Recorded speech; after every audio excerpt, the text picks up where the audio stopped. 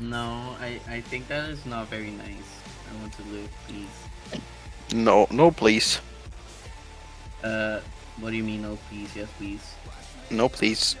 Wait, so can I now use that sound? Out of my way, jerk ass! Out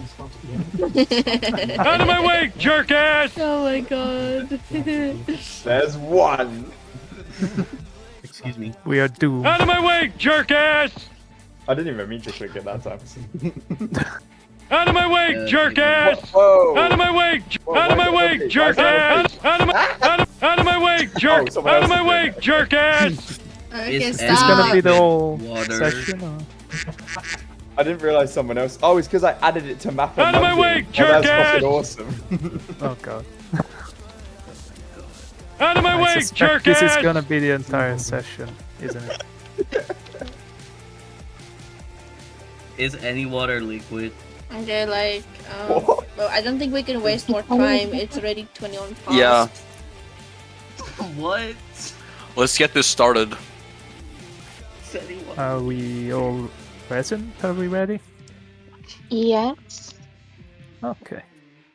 So, as a brief summary of what has happened thus far, we have met 3 rather curious characters that have fraternized to some extent. Okay, Sort please of. refrain the soundboard. Hands off. Yeah, they met initially not too friendly. Bent particularly has encountered some hostility from Samyar after a somewhat more reconciling intervention from Ashlia. They finally decided to travel together since they were added to the same village allegedly, and they soon after were reached on the path by a small group, some manner of caravan led by an elbow with a retinue. They came to learn that this group was carrying the remains of a noble scion, a young man that was killed somewhere close to Erland, which is yep. It's real sad. Anyways. And you passed the best part of the evening marching with this group. Tamyar was actually hired by the noble formally to help the rest of the retinue carry this particularly large casket where the young noble was his remains were brought. And you into the evening you camped. You came to learn some more about the folks you're traveling with, especially there's allegedly a rather famous poet by the name of Ibassad that has shared a interesting and quite heartfelt song with you all. Not too far off from this camp where you're trying to stay huddled around the fire to attempt to ward off the worries of the evening and the fears of the encroaching darkness. Another small band has approached the fire. There is a traveling merchant by the name of Bodulf who was leading his covered wagon with his labor towards this village of Torspilla, where he allegedly heard that there's decent trading to be had. Similarly, one of Tiber descent that he stumbled upon, called Leoritis, was also going there because she came to learn that perhaps there are fungi that have some healing properties in Torspilla, and she was interested in studying them. When it was becoming dark, this small group attempted to lead the covered wagon towards the fireplace that they spotted in the distance. They initially failed to overcome a rather significant ascent and had to follow a different path. Losing a bit of time, they ended up approaching the fire when it was relatively dark already. And they were approached by somebody that was presumably at the campfire that appeared quite close and confronted them. They managed to have a relatively diplomatic interaction and not come to blows at any point. And finally, the entire group was headed towards the fire.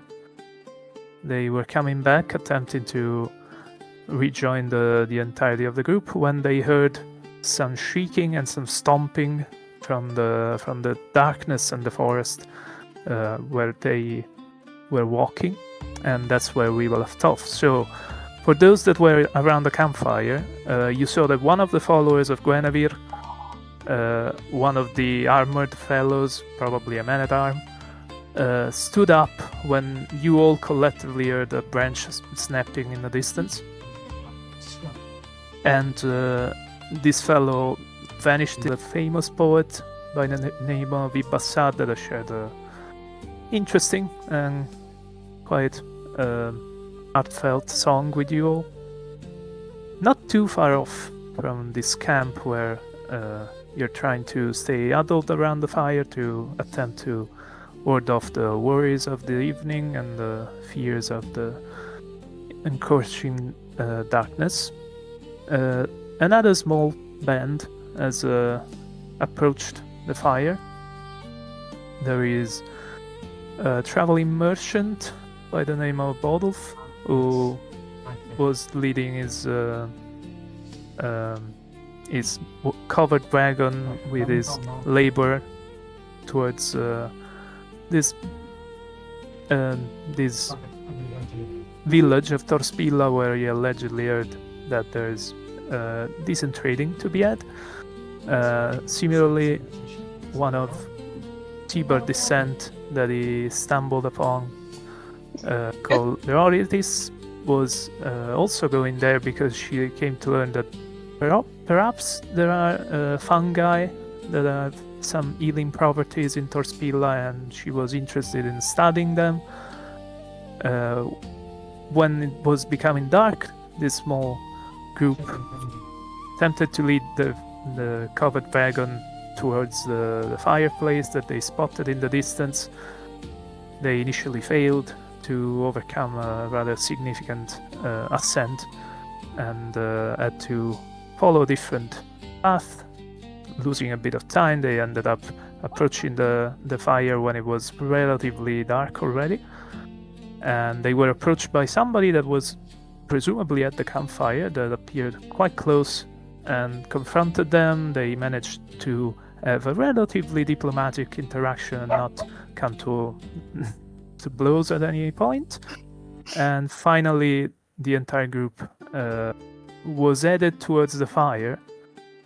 They were coming back, attempting to rejoin the entirety of the group, when they heard some shrieking and some stomping from the darkness and the forest where they were walking, and that's where we were left off. So, for those that were around the campfire, you saw that one of the followers of Guinevere, one of the armored fellows, probably a man-at-arms, stood up when you all collectively heard a branch snapping in the distance. And this fellow vanished in the underbrush and has been gone for a while. Now you've heard for a bit in the distance the creaking of wheels and suspensions, some cart or wagon that is approaching. And contextually now, after quite a bit of tension, waiting for something to reappear, especially from Guinevere's follower to make his appearance again, you are now hearing as well a strange, very trumpet-like shrieking from the forest and some heavy stomping that is actually making the ground shake slightly, even where you stand. To investigate, I Well, I usher Lee and Samyar to come with me and check out what this creaking in the shadows is. I pick up a torch and light it in the campfire. Well, in That is your not case, it's yet basically a being matchstick, though. I have 7 might. I can pick up a thing. Yeah, no. It's just that I have to pick it up with my whole fucking body. It's just that it is a little uncomfortable. It's like you moving a trunk. If Yeah, you're I carrying a know. torch. And then Um, I give it to Samyar. Yeah, I'll take it. I'll take Okay, it. let's say that Samyar actually bent to the fire, grabs one of the burning chunks of wood, and you together start to move towards the creaking noise. You apparently go to investigate towards this possible cart approaching, and you do run across this fellow that I'm going to finally make appear into the underbrush. So you see somebody of quite evident Vgen descent with some battle scar about him, and who's leading the horse by the reins and consequently the covered wagon. On the wagon itself there is also Seeper, presumably a guest, and maybe somebody else. You see another figure inside the cart that is moving and making sure that everything is secured. But you see that this small group is accompanied by Guinevere's followers, so you presume they're not a threat in any way if the guy is escorting them. But all 3 of them, or potentially 4 if there's somebody else in the wagon, are definitely quite tense and are not looking at you guys approaching, but rather somewhere to the left, where this stomping is starting to become quite more prominent and sounds quite more close. I raise the torch to shed some light further down the darkness, and I call out to Guinevere's guard. What is going on? Do we know? This Freeman in full armor that has come to meet the newly arrived folks answer to you, Samyar, says, I think it's a fiend. I think it's something that's coming to hunt. Lord. I enter a state of battle readiness. Okay, so you prepare yourself for I brace myself for impact, simply. a possible confrontation. Okay. You're present as well, Bodolf. There it is. You hear the comment from the follower of the head of this camp, presumably, and it does send a chill down your spine because it is quite a scary prospect to run into a fiend during the night. I eternally panic. I feel all of the hairs on my back just stand. I look towards the closest tree and I try to climb up it to sort of hide myself within the leaves, but also get a better vision of, perhaps a better view of what's happening. Okay, so I'll deal you 2 cards. Let's see. This attempt to climb goes. Please fall. What? Yeah, give her like a 4. That is not nice. Well, we don't wish nice upon her. I support women. I think she should win this. Sim. I support it. What does that have to do with anything? Just making it clear. I must inquire, Samya. How much have you drunk this night? I'm only on my 2nd right now, so. Oh Jesus, dude, we barely You're started. second. It's like only 5 p.m. Bro, I would so No. drink with you right now, but I got work. But I got So liquor let's see. instead. Oh, Oh, you have a 15. Oh. So Oh. especially when it comes to just a small parenthesis, just when it comes to regular attempts to do something that doesn't involve an antagonist specifically, we'll try to smooth things over a little bit, to speed things up somewhat. So you play your hand, you develop it, getting as close as possible to 21. I'm not gonna play a hand for the deck. I will know the difficulty, and generally speaking, the difficulty is like say 17 for something regular, 20 for something really tough, 21 if it's nearly impossible. Just You to have to pull your speed first things up. card as well. Sorry, what? You have for blackjack, you have to pull your first card. So that Yeah, that's what I was saying, that when it comes to something that you attempt that is against the world, it's not specifically, or against yourself, like memorizing something or remembering something or running faster, just to speed things up a little, I'm not gonna play the deckhand. I'll just have set values based on the difficulty, basically. Wait, so it's not blackjack? Not entirely. I mean, blackjack is the inspiration, but it isn't strictly the same rules. When it comes to confrontations, then it becomes a lot more like blackjack, meaning that I actually played the hand for the deck, and consequently the antagonist or the foes or whatever you're facing at that moment. But when it comes to just climbing a tree, you kind of had to figure out how difficult will it be. Will it be more complicated? Do I stand on just a 15 like she's showing now, or do I try to go a little further and make it a little better? Because I don't know, maybe it's dark, maybe it's slippery, I don't know.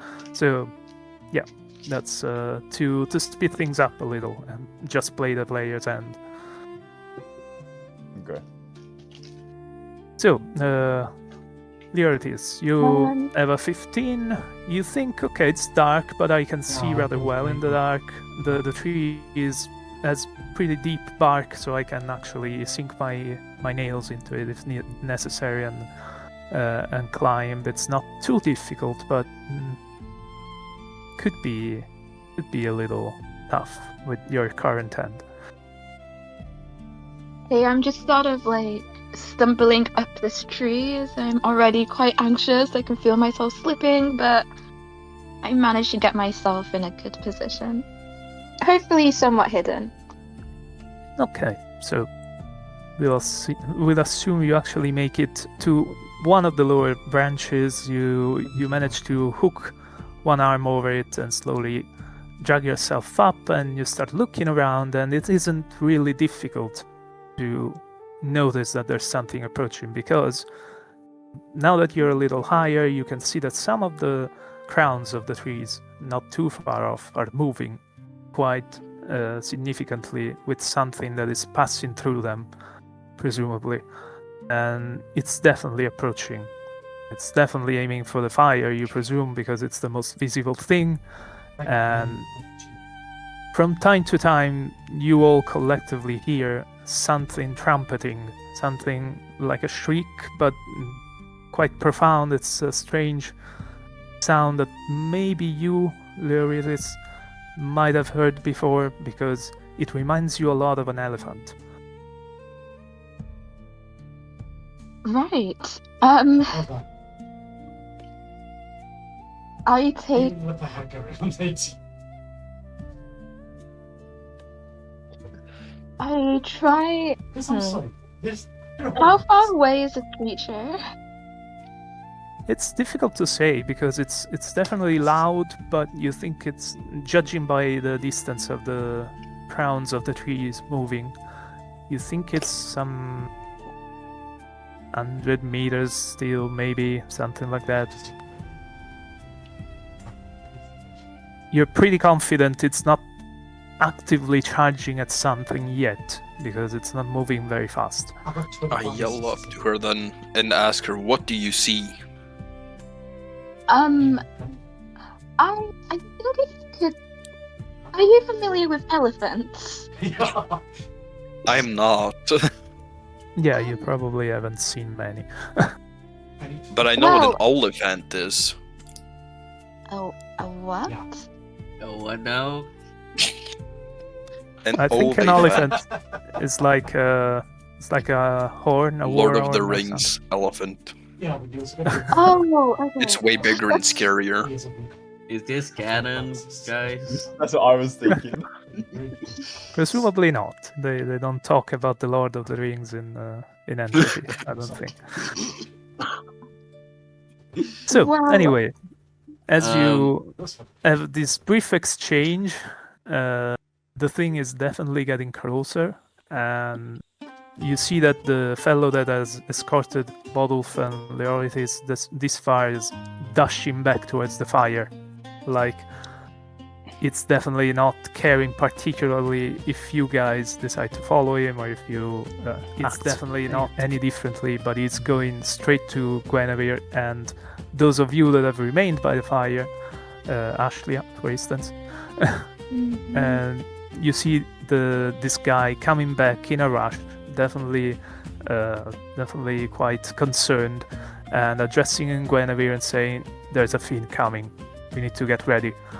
And everyone, the second they hear this, you can actually notice across the folks gathered quite a different reaction than you might have expected, because especially the 4 guys that have been carrying the casket this far that you helped healing of their blisters and their sores, they almost sigh and stand up and grab their weapons and prepare in a formation that is a sort of shield wall with spears facing out front, and they don't have a very terrified or concerned reaction. They're mostly they appear actively frustrated, actually. I usher Samyar to throw the torch towards our fiend. To shed more I light say- upon him and possibly burn him. I say hell nah, because that's our only source of light, and instead I approach the carriage and I hold my shield in front of me with the torch behind it, so the light is a little shielded. Pussy. Wait, so Pussy! I'm Get so out! I'm so confused of what's happening at the minute. Okay, we're getting attacked by a thing. A big ass thing. Yeah, that looks similar to an elephant. Yeah. Potentially, Yeah. you're, Well, I hop in the carriage Sounds with like Samyar then. And then I yell. But why do you have a I carriage? didn't hop in the It's- carriage, I approached.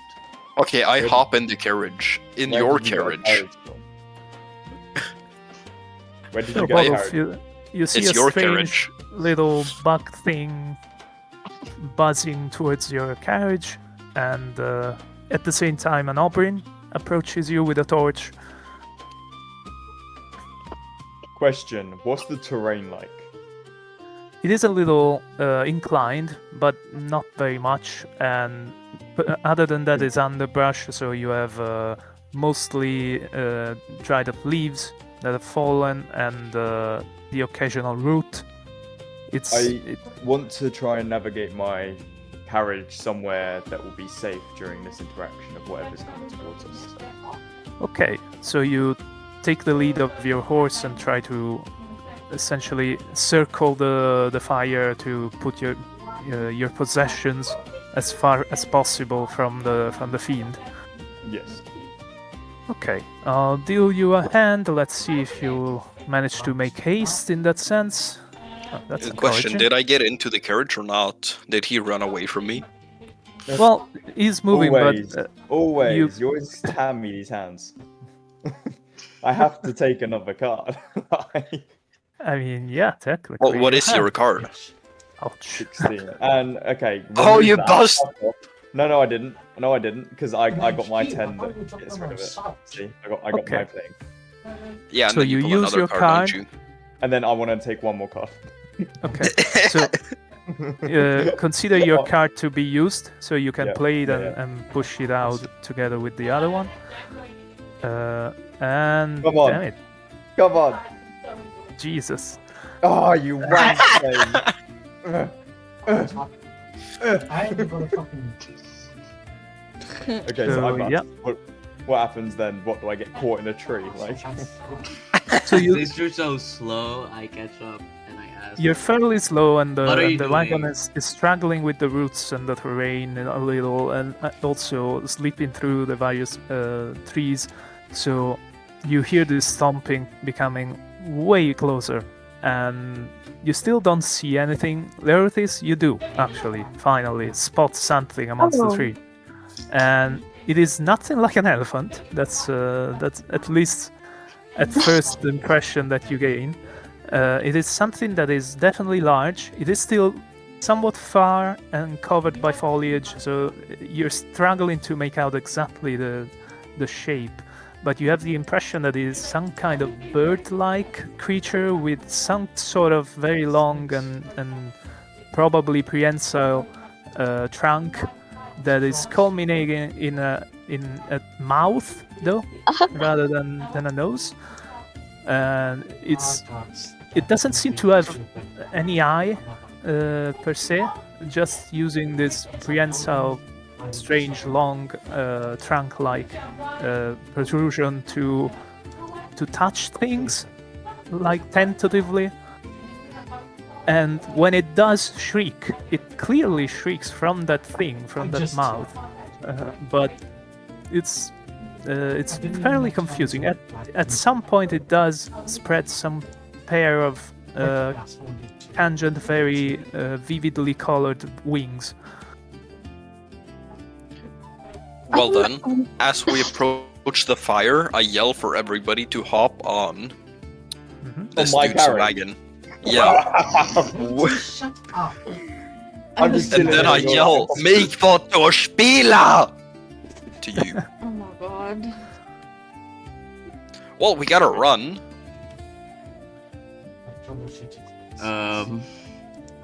How do you look all really react? disappointed? And then I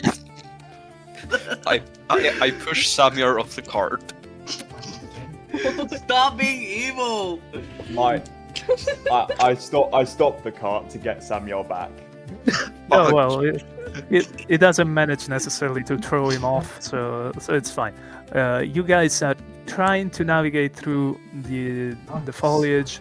The people that were huddled around the fire are not reacting to the order, let's say, from Bent to make a run for it. Rather, they appear to be willing to attempt to make a stand by the fire.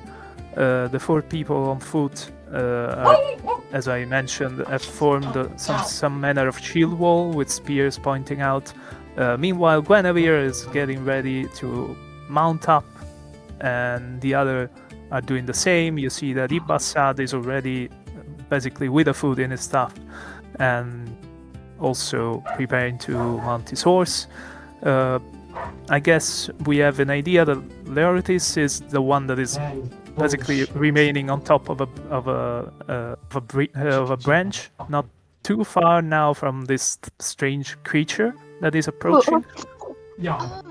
Can I try and sort of swing from a different branch so I'm a bit further away? Do you want to you- get it higher up? No, I just want to get away, like parkour Okay. but with trees.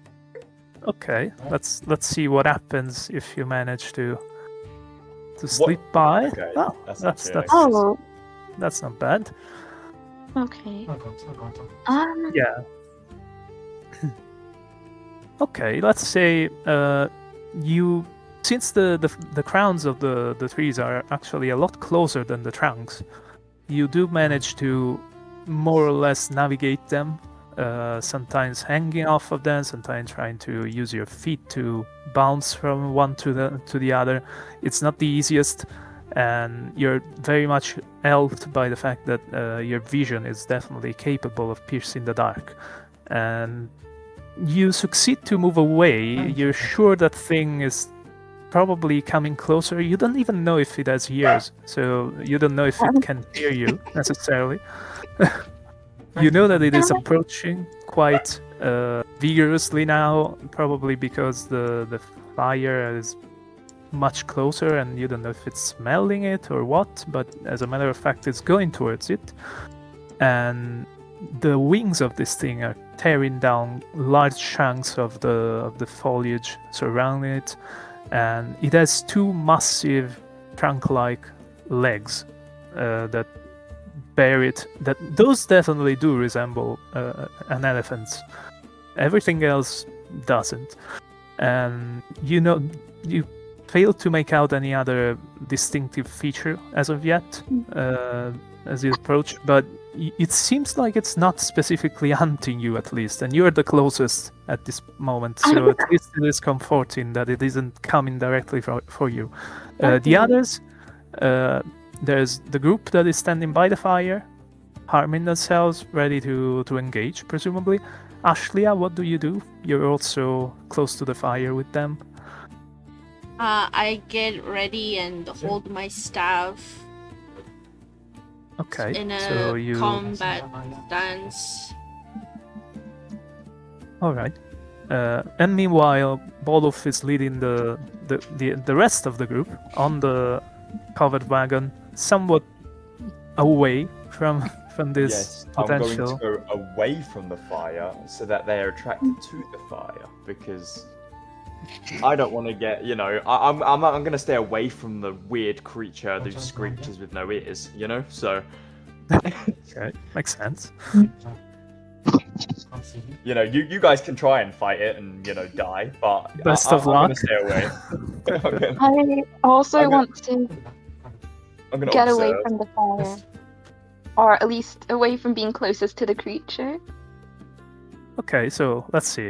You want to attempt again to move across the various No, I'm getting branches? I'm getting down the branches. So as I'm looking at this creature, I try and I'm like, oh, what an interesting creature. So I write about it in my journal, but then I realize that's not a good idea. The and I want to scientific get down. mind kind of get to Like, work. how does it see? How does it function?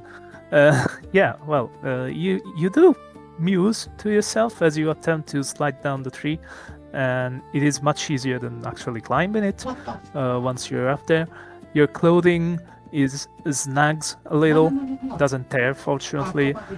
You feel your ends getting a little scratched with the bark, but it's nothing too upsetting. Once you make it to the ground, you are almost tentacle-like protrusion, but it appeared to be aware of the fire, so you think it is at least capable of perceiving you in some fashion. So you don't know whether to sprint away, flat out, or to try and sneak amidst the trees to avoid it. What is Violet's character called? Oh, Lyris. I yell out to Lyra No, if you can see any eyes. Lyra, does it have eyes? It had, define eyes, because eyes are actually. Does it have organs of sight? Of spatial perception? Do you actually reply? Because you're definitely the closest. There is this voice shouting towards you that somehow knows your name. You're not exactly sure how. This distinctly autistic voice. But- organs of sight. Well, okay, Yeah. so some random person yells out my name. I'm paranoid, so I think I'll just beeline away from the fire.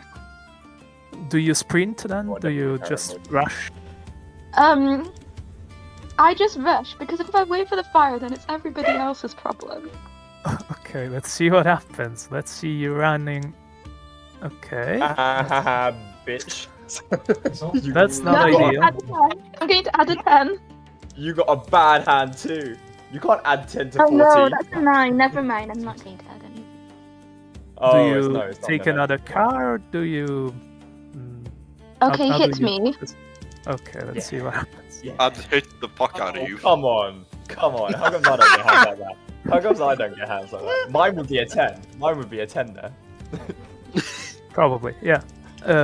exceptionally well. You manage to navigate this undergrowth, and you have sleek soles on your shoes, and despite this, you're not slippering all over the place like it would be potentially the case. That's surprising. Her ankles look broken. Yeah, and you manage to totally almost maintain full speed despite the trunks, despite the foliage, despite the brushes. Wow. You dash through, and you get a little scratched here and there. You avoid to make quite a lot of noise though. So yes, you're running, but you're maintaining relatively quiet. You're not panting loudly. You're not making a lot of fuss, and you're positive that whatever was maybe approaching you has not taken an interest in you. You don't hear the stomping coming closer to you. You hear it moving, but not in your direction. So you think you're safe, relatively. I have a sigh of relief, and then I take out my notebook to try and write my thoughts about this creature. I mean, obviously, priorities. Now I'm safe. I need to write down what I've. Side note, real quick. Schizo Devil, whatever your character's name is, why is its foot backwards? I've been staring at it for a little while now, and it's very confusing. If you actually zoom in, just if you zoom in on the character, It gets worse. Is it supposed gets to be like worse. forward but upwards? Like, is that what? I don't It's know. the But when I zoom out a angle. little bit, it looks broken. it's It not dead. broken, I promise. It looks flexible. Okay. Anyways, I mean, we I got wanna we got a Uwu feet sketch, and we've got a broken foot. So. And we got a horse, squirrel, beetle, bug, moth thing. So. Well, I mean, that's hard to beat. Well, I tried to push Lucius, like I tried to push Samir off the wagon again as we start getting out of the woods or not. No? Are we approaching the edge of the woods at this point? Not quite. Unfortunately, Bodolf didn't have very much success driving the horse around the forest, so you're not very distant. You still. Can you roll a horse whip? He doesn't. Bodolf? You're I not don't gonna think whip he my has. horse. Fuck off. No, I ask if you can, so he'll run faster. Yeah, I have. Yeah, but then the whole point is that it's my carriage that's dragging us back anyway. So. I wanna give Bent a slap and scold him for yelling. Just gonna Because the give them. creature looks blind. Why are you yelling? It might not be deaf. Like, I tried to It's- move in for a kiss at Samya. Well, Can I while this, roll for success on that? while this Well. budding romance takes place on the wagon, and Bodolf struggles to bring the horse as far away from the fire, Ashley, you see the four Mhm. men-at-arms, let's say, the noble and the retinue have mounted, they're ready, that this thing finally approached the halo of the fire. You manage to see roughly what I described to Leonidas. It's a colossal thing. It's really the size of the surrounding trees in stature, has wings that have very tangent and very reflective feathers on them that remind a little bit of some pigeon neck, essentially. Quite a kaleidoscope of colors. And other than that, it has almost a globular body that seems to have very little features, from which this sort of tentacle departs, and that culminates in a mouth. And you notice that the mouth has human-like teeth, sort of flat. Behind it, there appears to be a very numerously composed tail, so to speak, with several tails starting from a common origin and opening up in a sort of cat of nine tail thing extension that is covered in fur, strangely enough, and its legs are massive and remind of the tree trunks around it to some extent, with strange toenails comprising the bottom, almost like a crown. Who said size didn't matter? This thing has made its way to the campfire, at least the surrounding clearing, and it is using this mouth to touch around, to feel about and adjust. And at some point, when it finally seems to point this thing, and consequentially, presumably, its attention to the fire itself, it lets out this trumpeting shriek that is a bit deafening for you that are this close. And Is it like echolocation? who knows? Could be. I mean, it's anyone's guess. It definitely doesn't have eyes. It doesn't appear to have necessarily ear holes. Because he seems to be touching everything with his mouth and then screeching every few foot. So You don't know this. Well, it's Domination. We're running just away. said he was touching everything with his mouth. Yeah, well, this is what a Shalia observes. so. Can I Either push ways, Rainbow instead of Bend right now?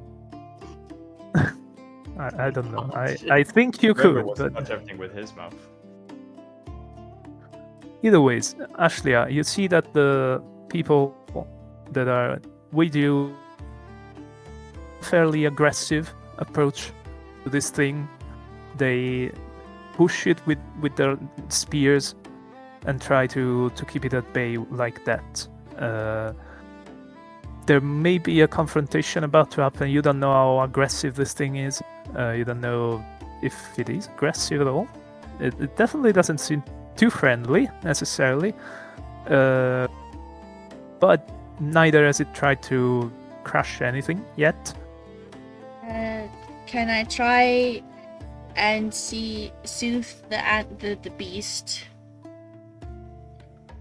Oh, What do you want to do to the beast? I'm sorry, I didn't catch like it. soothe it, like calm it down. Oh, okay, yeah. Let's see.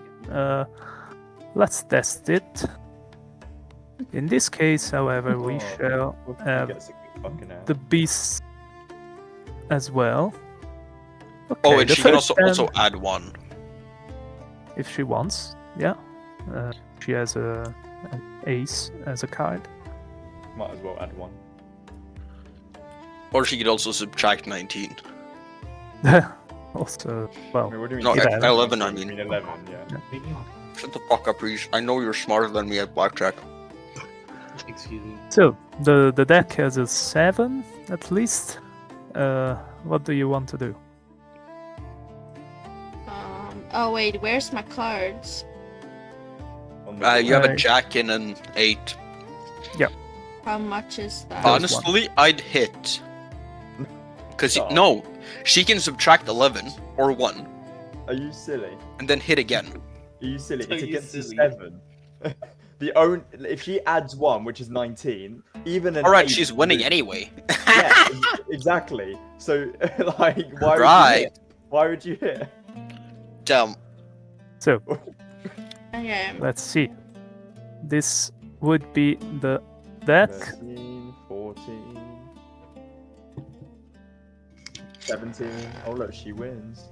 That is lucky because it has to stand, because the Yeah. creature actually has pretty high attribute to Wow. modify okay. the hand.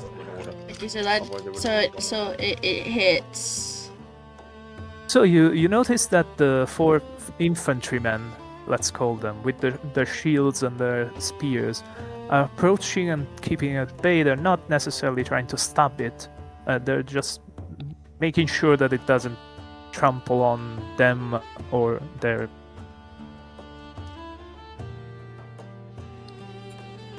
or mistress in this case, back.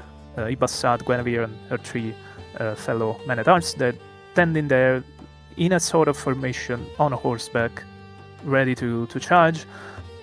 You're the only one that has taken a more diplomatic approach at this point and has stepped closer, and you notice that this thing does tentatively touch things with its trunk, but it doesn't seem to necessarily take aggression towards it afterwards.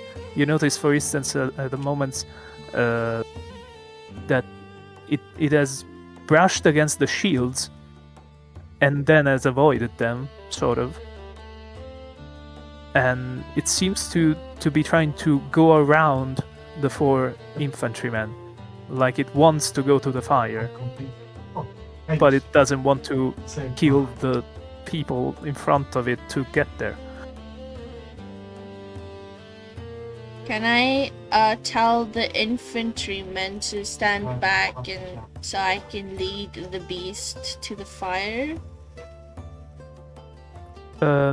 Yeah, you can play it out. What do you tell them? They're very focused on this thing, obviously, and they're standing shoulders to shoulder, ready to, tell their lives to the best of their ability if necessary. Since I could tell they're sensitive to sound because it can't really see and all that, I go to the men and I tell them, please stand back. I don't think it's gonna do us any harm. I think it just wants to be close to the light, and then I point to the fire. So let me lead the beast to the fire and then so it can rest. I want to tickle Lucius so he screams. So I help. Why? the 4 infantrymen hear this. They're very uneasy to the proposition, but they glance back towards their leader, Guinevere, on horseback, and she nods, and they slowly step back and split in this very small formation of theirs to make it past the fire. And on one hand, they seem to have agreed to let it come to the flames if it wants. On the other, now you're the only one standing in front of this thing that is several times your size. Many times, no? Yeah, Because it's huge even for the normal people. She's like tiny, like me. she's roughly 1 meter tall, maybe, child size, pretty much. Right. She's huge. And that thing is the size of trees, so at least 10-12 meters or something.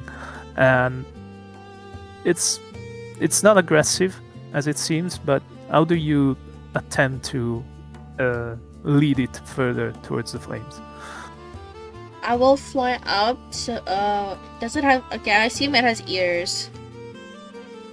No, it seems like this sort of globular body doesn't have any specific feature.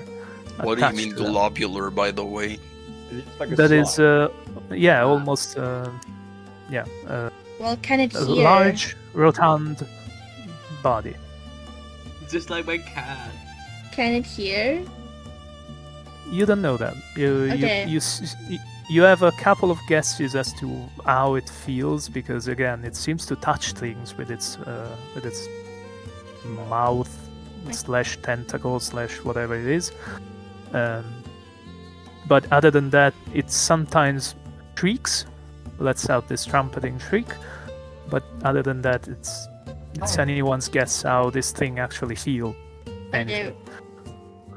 Well, my attempt is gonna be to obviously calm it down and then fly it up, so it's in middle of so you say it's almost the size of a tree, so middle, the middle part of a tree, so middle part of the body, closer to its front of the face, but to the side of it.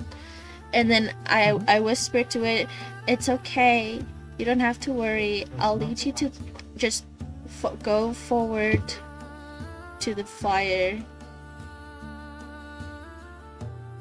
So talking the softly. reaction of this thing to sound doesn't seem to be particularly vivid in any fashion. It does seem to have some sort of reaction to you flying, and it follows you with this mouth on top of the proboscide sort of appendix, and you don't know exactly what sort of perception it might have, but as a matter of fact, it comes very close to you, and you notice that inside this mouth there's some sort of a tongue that is very. It seems like it has almost hooks, like one of a cat. If you have any. Oh yeah, the little things on the cat's tongue. Yeah, it seems raspy, so to speak, and it pulls it out. It opens as wide as possible, pulls out its tongue, and seems to remain there for a second in front of you, very close, and you're a little intimidated, and you're thinking, "Oh my god, is it going to try to snap a bite or something?" Is it going to lick me? After a second, it pulls back its tongue, closes its mouth, and proceeds to apparently ignore you entirely. And this Wow. You don't like proboscid woman. goes down towards the flames, opens up again, and you see that the fire, the smoke from the fire begins to funnel inside this trunk, and after a second, the flames as well. And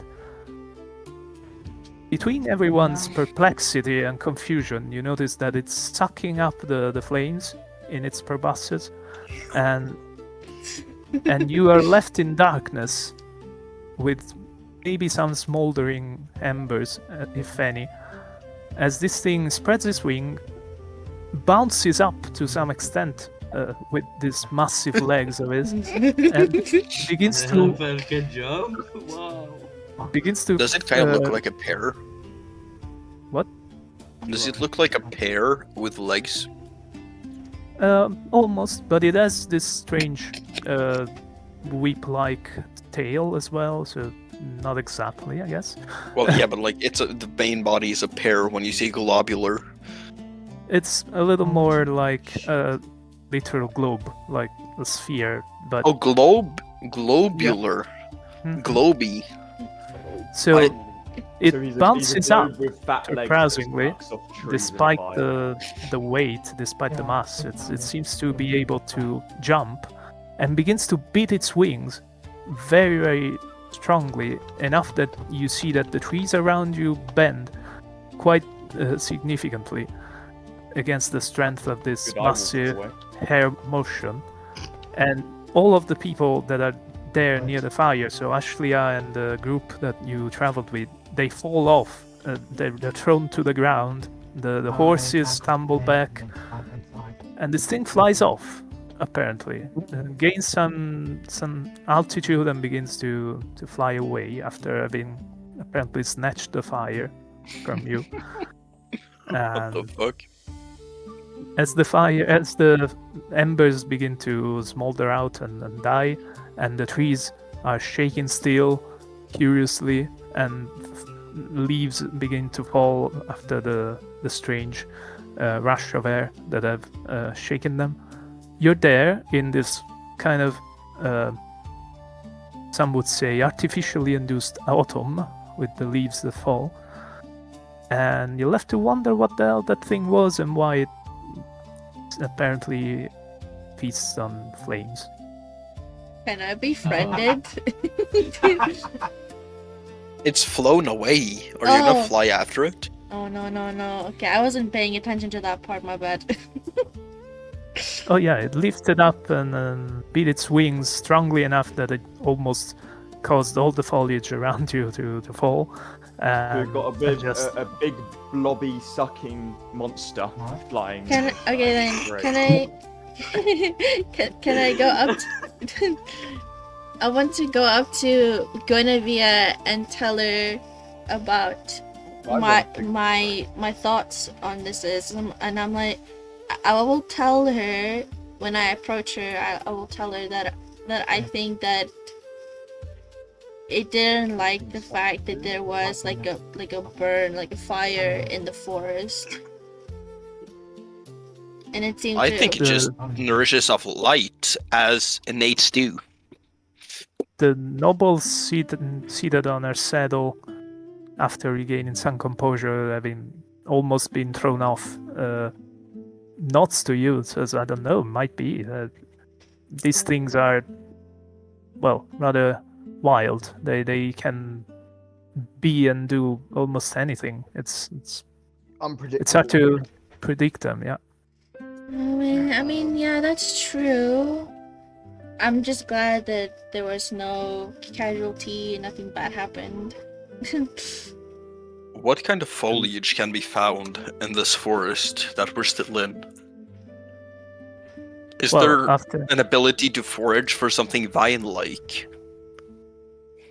there could be potentially, yes, but obviously it's quite late now after this interaction that you've had. You're kind of Right. tired from the journey. Nah, Loki, I just go to bed in the middle of the carriage and start sleeping. I want Okay. to bring my courage back to the trees that were bent, so like the group where the fire was, and tell them and sort of start to explain to everyone that I think we should work together to get to the next town, as we didn't stand a chance against the innate that was just there. So you approach the former fire that is by now just a little line of smoke, and you see this collection of people. There are 4 people that are mounted on rather large and imposing horses that are probably meant for war, and these 4 horsemen are also covered in armor and currently brandishing their weapons as well, probably because of the encounter with the thing. There's a 5th horseman that appear to have a much smaller animal and to be wearing civilian clothing, and then there are 4 infantrymen essentially with spears and shields, and they all are apparently quite perplexed, a little taken aback from the encounter. When they see you, the one that has approached you, the freeman that has introduced himself as Fosco, briefly addresses the woman, the only female in this group, and says, "My lady, this fellow was traveling, is the one that made the noise that I went to investigate, and apparently he's a trader of some sort. I don't know about the others. There's his helper in the wagon, I think, Boy. and somebody else that I saw, but I can't see them anymore. There was a Seaber, but I ran up a tree. No, I'm not. No, the monk is boiling. I'm still writing about this. No balls. I want to jump out of the carriage, and since my torch is still Surprise. lit, I think because I cannot Yeah. leave my lady in darkness. Guys. Effectively, I right have now, something Samyar like- torch is the only source of light. The rest is just starlight. That you worry, is a I little have more light for visible. you.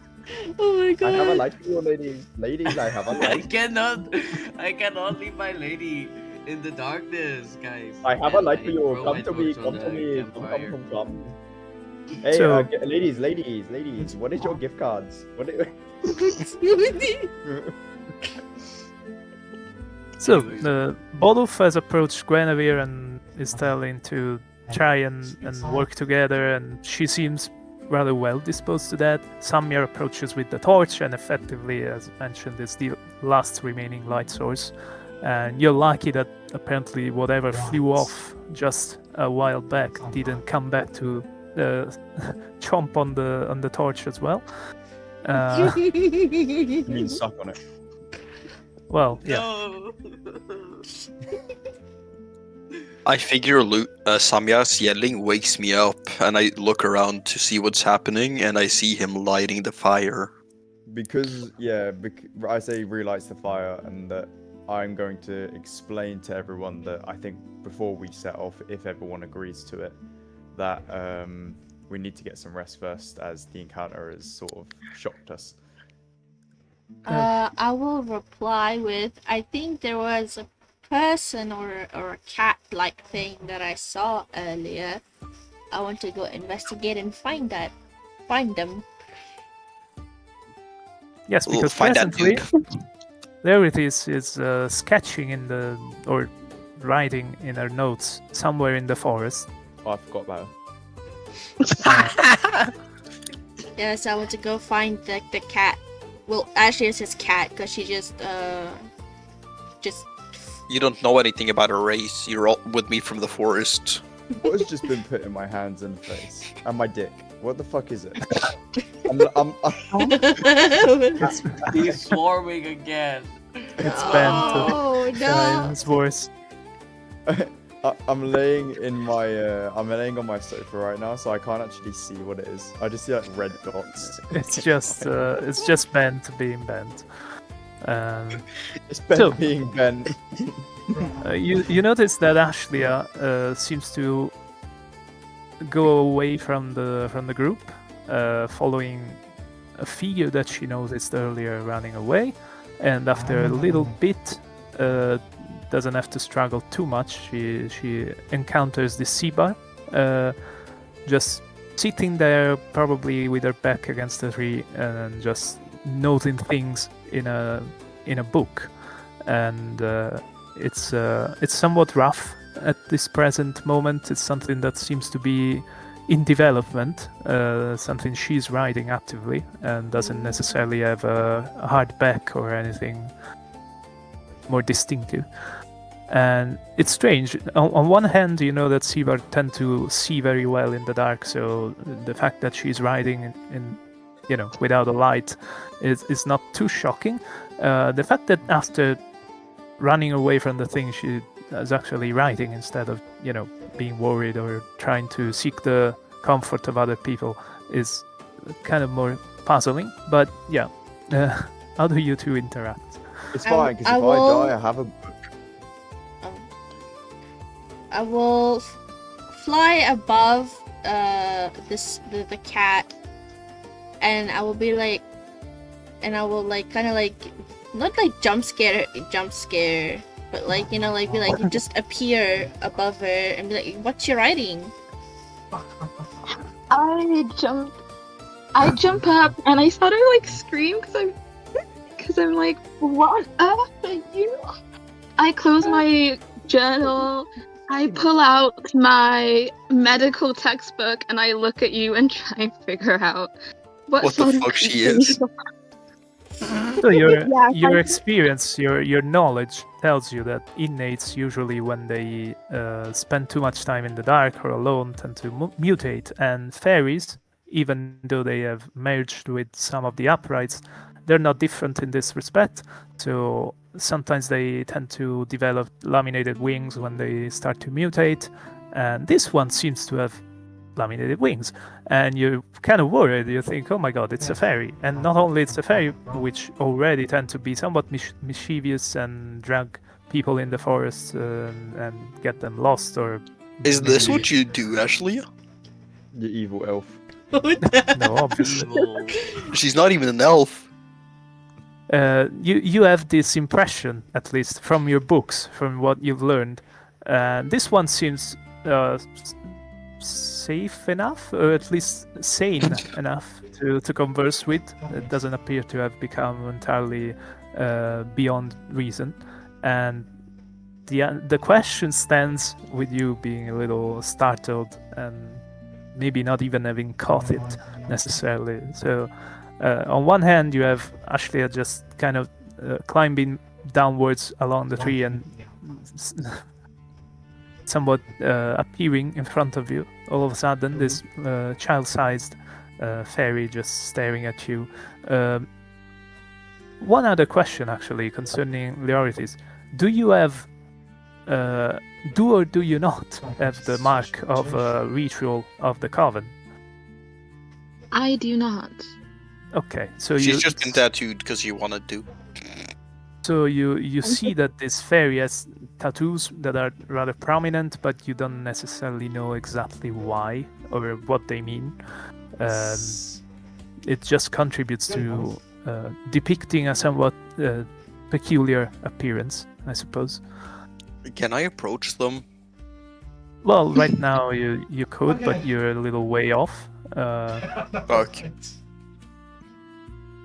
So, do you respond to Ashlia as she has asked what you're writing? I ignore your question. I look at your tattoos and I'm like, curious markings. Is that common of your species? These markings. I'm not. It's just They're something acquired from going through a ritual. Painful process. Yeah. A very a ritual of some sorts is how I will put it. It's not, and it's kind of painful, but yes. But if you have any concerns for my sanity, I am completely fine. That's an odd thing to say. Unprovoked. A long thing. Can you tell me more about this ritual? I sort of walk closer towards you, and I get out my pen and journal again. I'm just... I start approaching them, even though I don't really know where they are, but I know what Well, you direction do. Ashley went off in. After Question, is the there- stomping noise has quieted since the Is there, inmate has a flown lake off. nearby? I need to open the It's- book. Give me 1 second. Is there is there a lake nearby? You What? you wouldn't know. It seems to be a little too sloped for this terrain to have anything more than maybe a brook rather than a lake. Can I use like my hunt and gather skill to gather some like herbs and shit?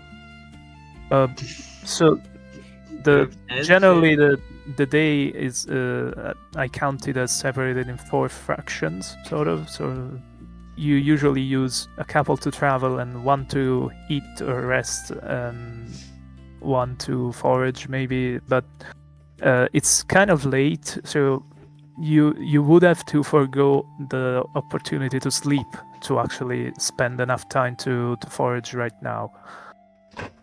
So it's a little, What does how exhausted is my character though? Because I was in the carriage far away. Well, Well, when it's not too drastic of a choice. When you decide to forego your opportunity to sleep or eat during one day, you lose 1 might. So it isn't tragic. It isn't like you whole might. you lose 1 point of might. Oh, nice. I have a lot of that. You have 5, so it isn't too tragic, I suppose. I can hit them for you. No, I'm okay. I will keep my might, thank you. It's my only redeeming quality. Okay. You want to give it to me? Weakling. So, Okay, well at least I don't get licked up by some innate.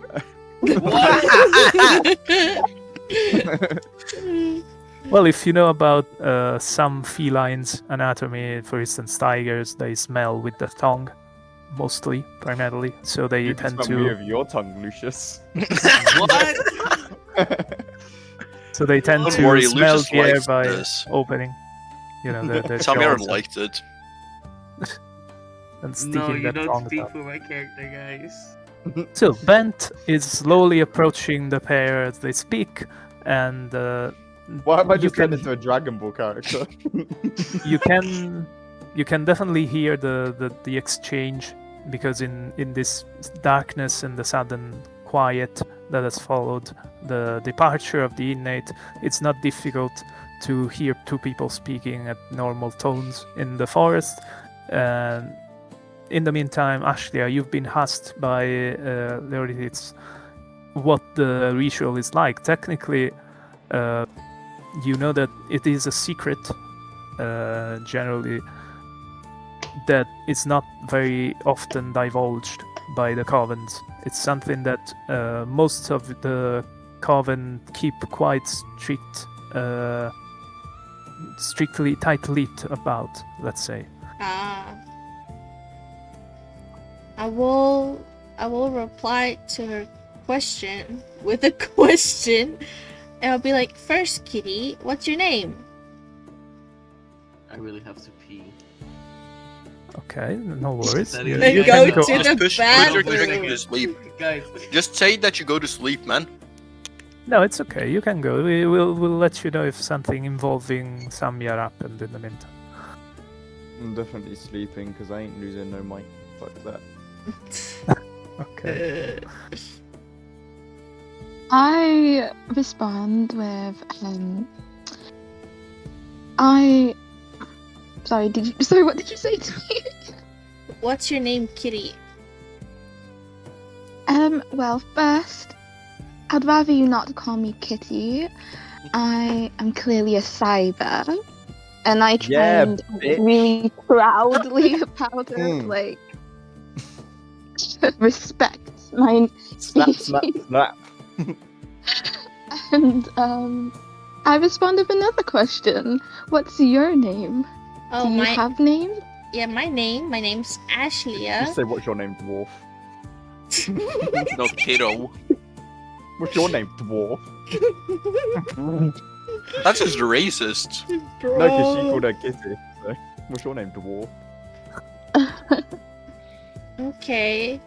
Actually, well, I'm Laris. Sorry.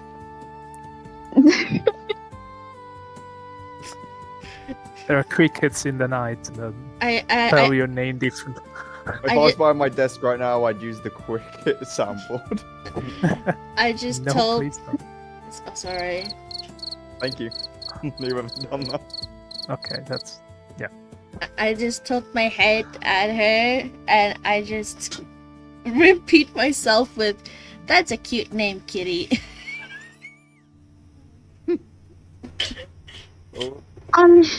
I yell Go, out, B. "How are you doing, ladies?" Ugh, Ben. Ew, it's a Moving me?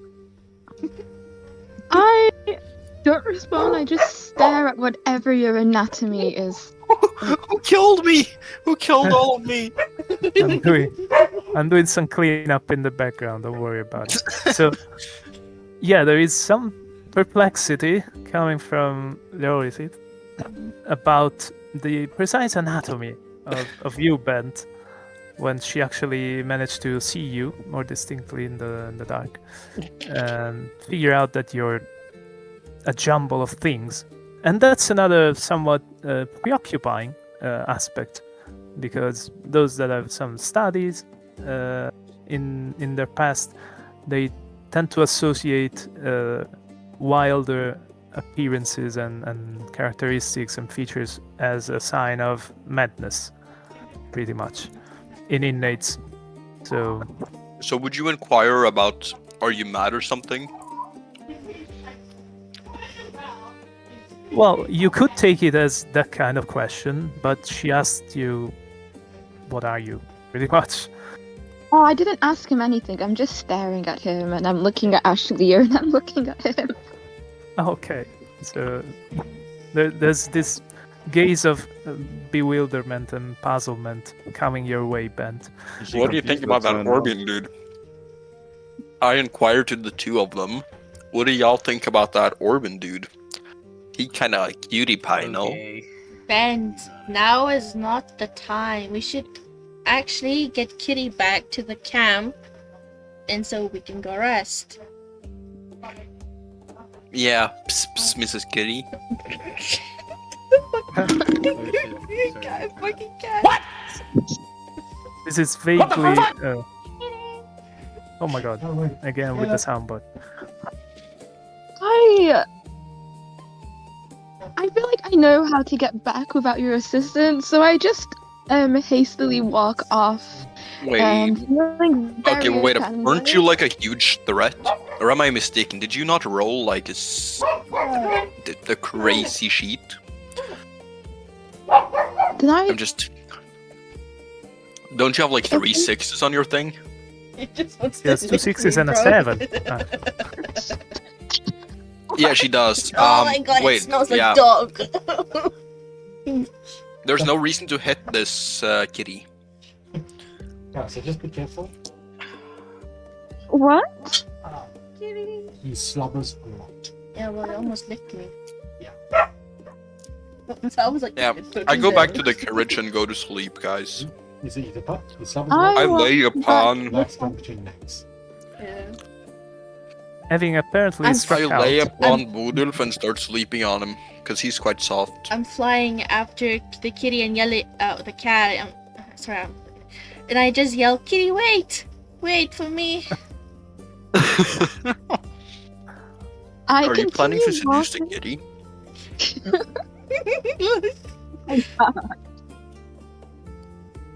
She just So- secretly goes, hell yeah. She's basically walking off towards the rest of the group, and you're flying after her, and she's mostly giving you the silent treatment, basically.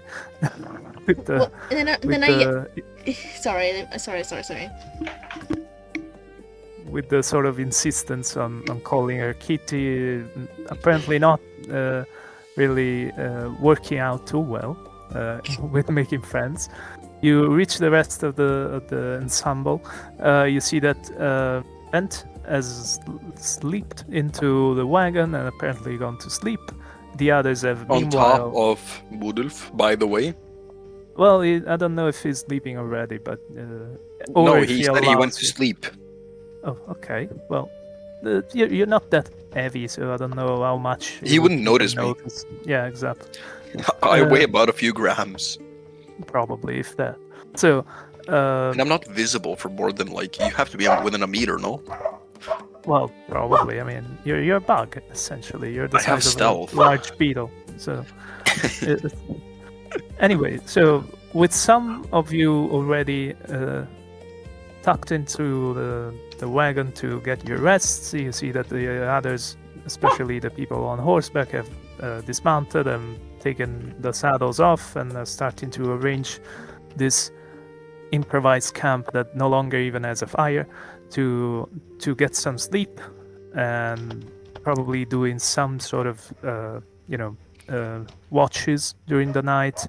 But since there's 7 servants to this young lady Guinevere, that shouldn't be too much of an issue for them to arrange watches effectively. They all have a blanket with them.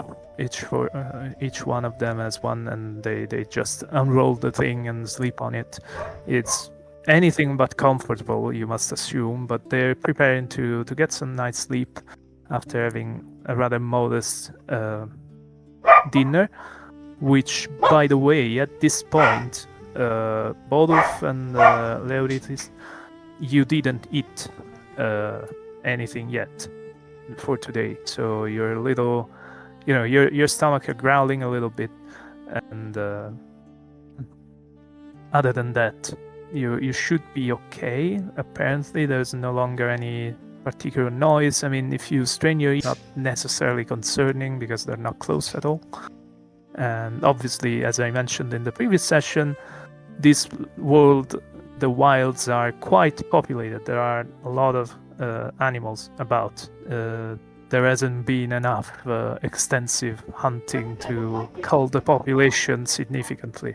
So it isn't unusual to stumble upon herds of deer and such. It's nothing too strange to see a boar here and there. So aside from those noises, it seems like right now the night seems to be relatively peaceful. And the others were about to start to sleep effectively, but when you come back with a new person, they make very brief and quick introduction to the newly appeared Seabud, and you come to see that there are a few armed fellows.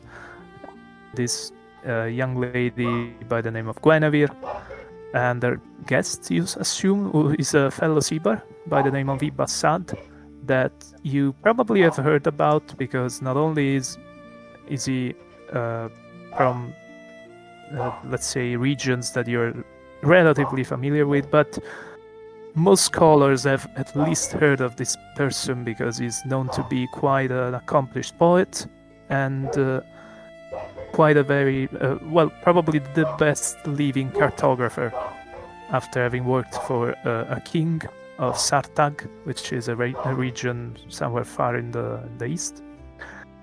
And he basically covered for this king the entirety of the world as it is known currently, and has made a quite precise trip book almost, something that tells you precisely the distances between places, how long it takes to reach them, and What's happened? well, stuff like that. My cat just jumped off my lap. No, but like in game. I just went and got a drink. Well, It's gonna take 20 seconds.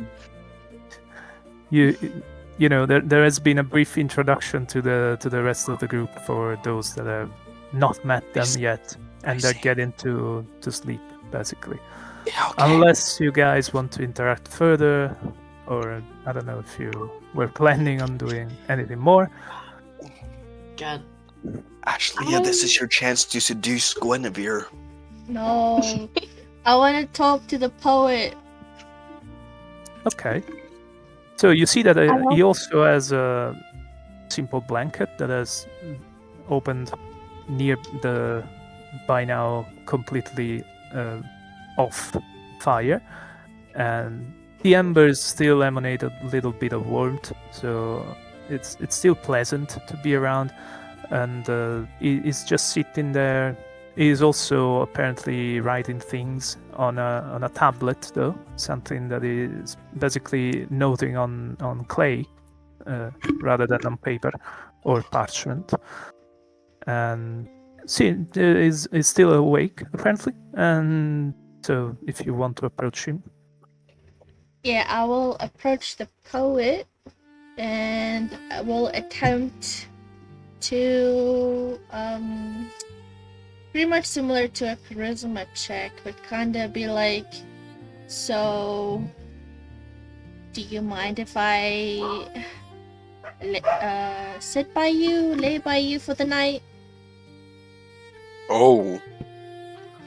You see apparent some innocence to his gaze, because he lifts his eyes from the tablet and says, "Oh, of course we have to all be rather close. I mean, if nothing else for the warmth, the night can be quite close, quite cold rather." Oh, go for it, Ashley. Go for it. Oh, then I may lay with you for the night then, and Oh! I want you to share some more of your songs with me, please. great. Who's laying with who? Ashley is about to fuck the poet. No, that's not what's going to happen. Chill out. No? No. Not necessarily, at least. She's already told us she wants to fuck all of the NPCs. Well, 2 drinks at the same time. so you sit beside him, and he tries to intone more a poem or a limerick almost, rather than a song necessarily, and it is somewhat romantic to some extent, a bit tragic though, and it seems like a small poem about lost love or unrequited love specifically. No. Wait, if I understand I'm enjoying this. So is he reading me Seduce that dude. is he reading a poem? He seems to always approach these things from memory. He doesn't seem to be reading anything.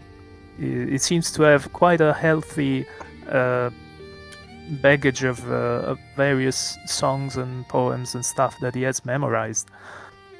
I'm gonna ask him to tell me a poem, a romantic poem. We he moving tried to- today. We moving today. That's crazy. Anyways.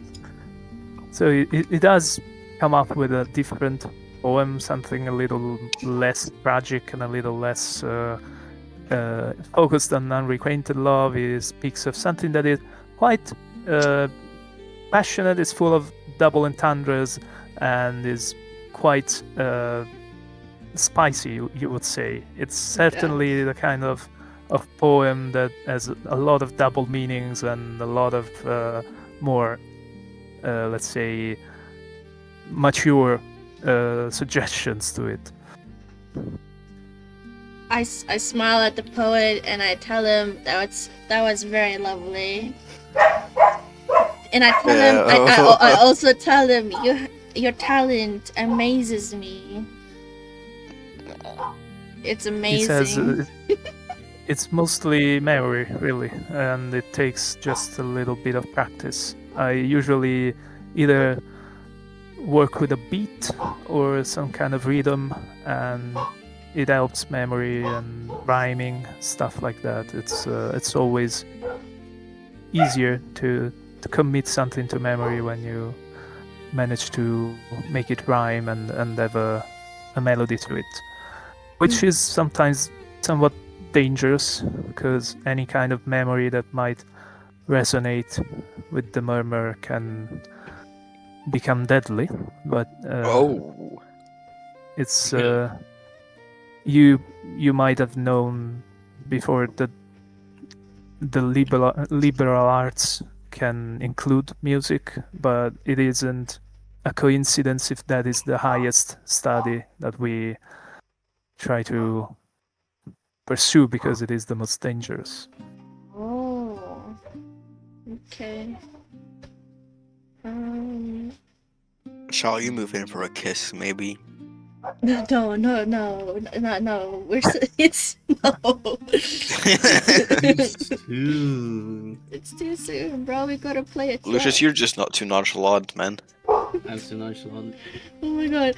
I will get cozy next to the poet and get cozy and comfy, and I will tell him to have a good night. Okay, so you all collectively find yourselves near this by now spent fireplace. You manage to huddle up around it and try to find some comfort in the lingering heat, and mostly have to either use the covered wagon or share blankets where possible. And simply you manage to take a few hours of sleep despite the initial scare of this night, and apparently the rest of the group, led by Guinevere, has arranged to have some watches, and they include Samyar, because technically he's also one of Guinevere's hirelings. So at some point during the night, Samyar, you are shaken awake by one of the other infantrymen, and it's a Freeman as well, and he shakes you by the shoulder, at first rather lightly, then a bit more energically because you're quite deep in sleep. Says, hey, come on, it's your turn.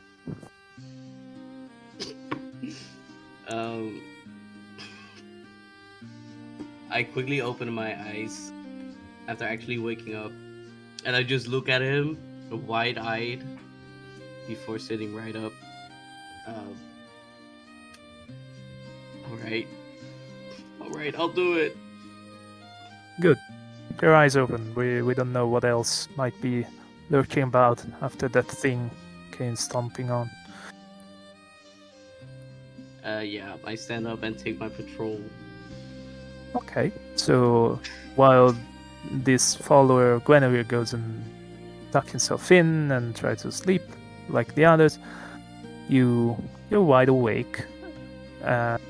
It's quite dark, and luckily it isn't a particularly cloudy night, so the starlight helps, and the fact that innate has almost bent most of the trees that surrounded this clearing out of shape has widened the crowns a little bit and allows a little bit more light in.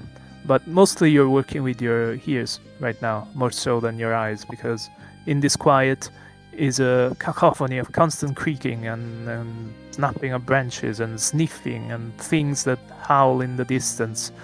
And it isn't very long before you become slightly paranoid, and you are very aware that this is pure paranoia, but the darkness and the sounds, and you're thinking that every tree is hiding something that could potentially be dangerous to you.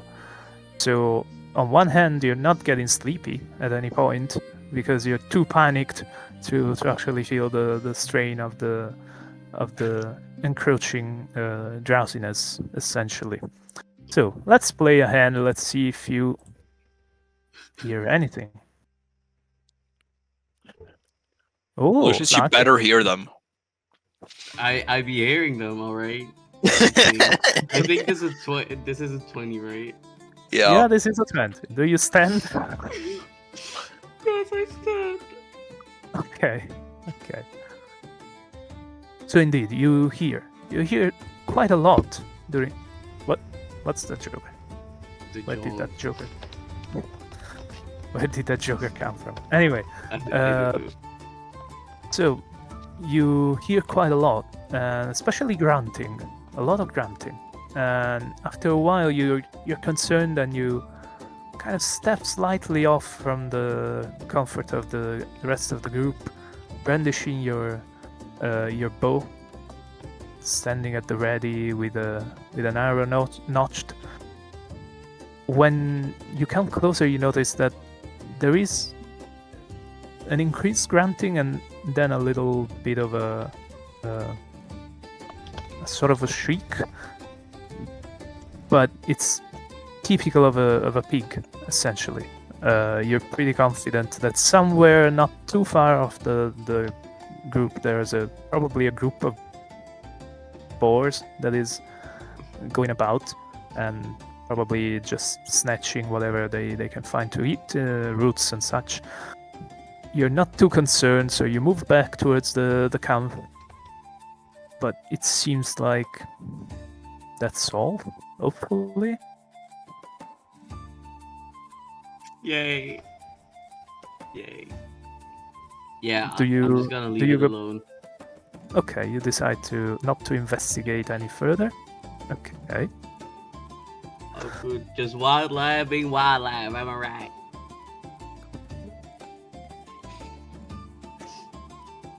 Yeah. So, you decide not to investigate further. You try to keep pace and figure out how long it has been from the beginning of your watch, and try to understand when it's time to get the next person. But you realize after a while that it's getting clearer in the sky, so it's probably approaching dawn. So you're quite convinced that the other infantryman left you the last shift, so you didn't have to call on anybody else. And it's soon Is there a to ray be of sunshine peeking out, or no? not necessarily. The trees are relatively dense, and you're on a slope, so you're not quite Yeah. getting the sun yet. But you can see in the sky that the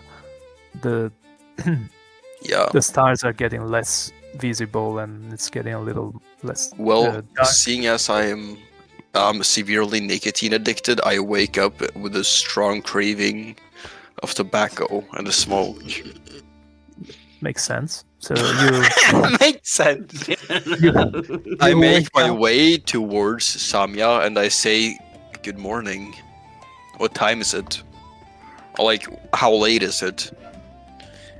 I wouldn't say what time it is, but like something time relevant. I don't know.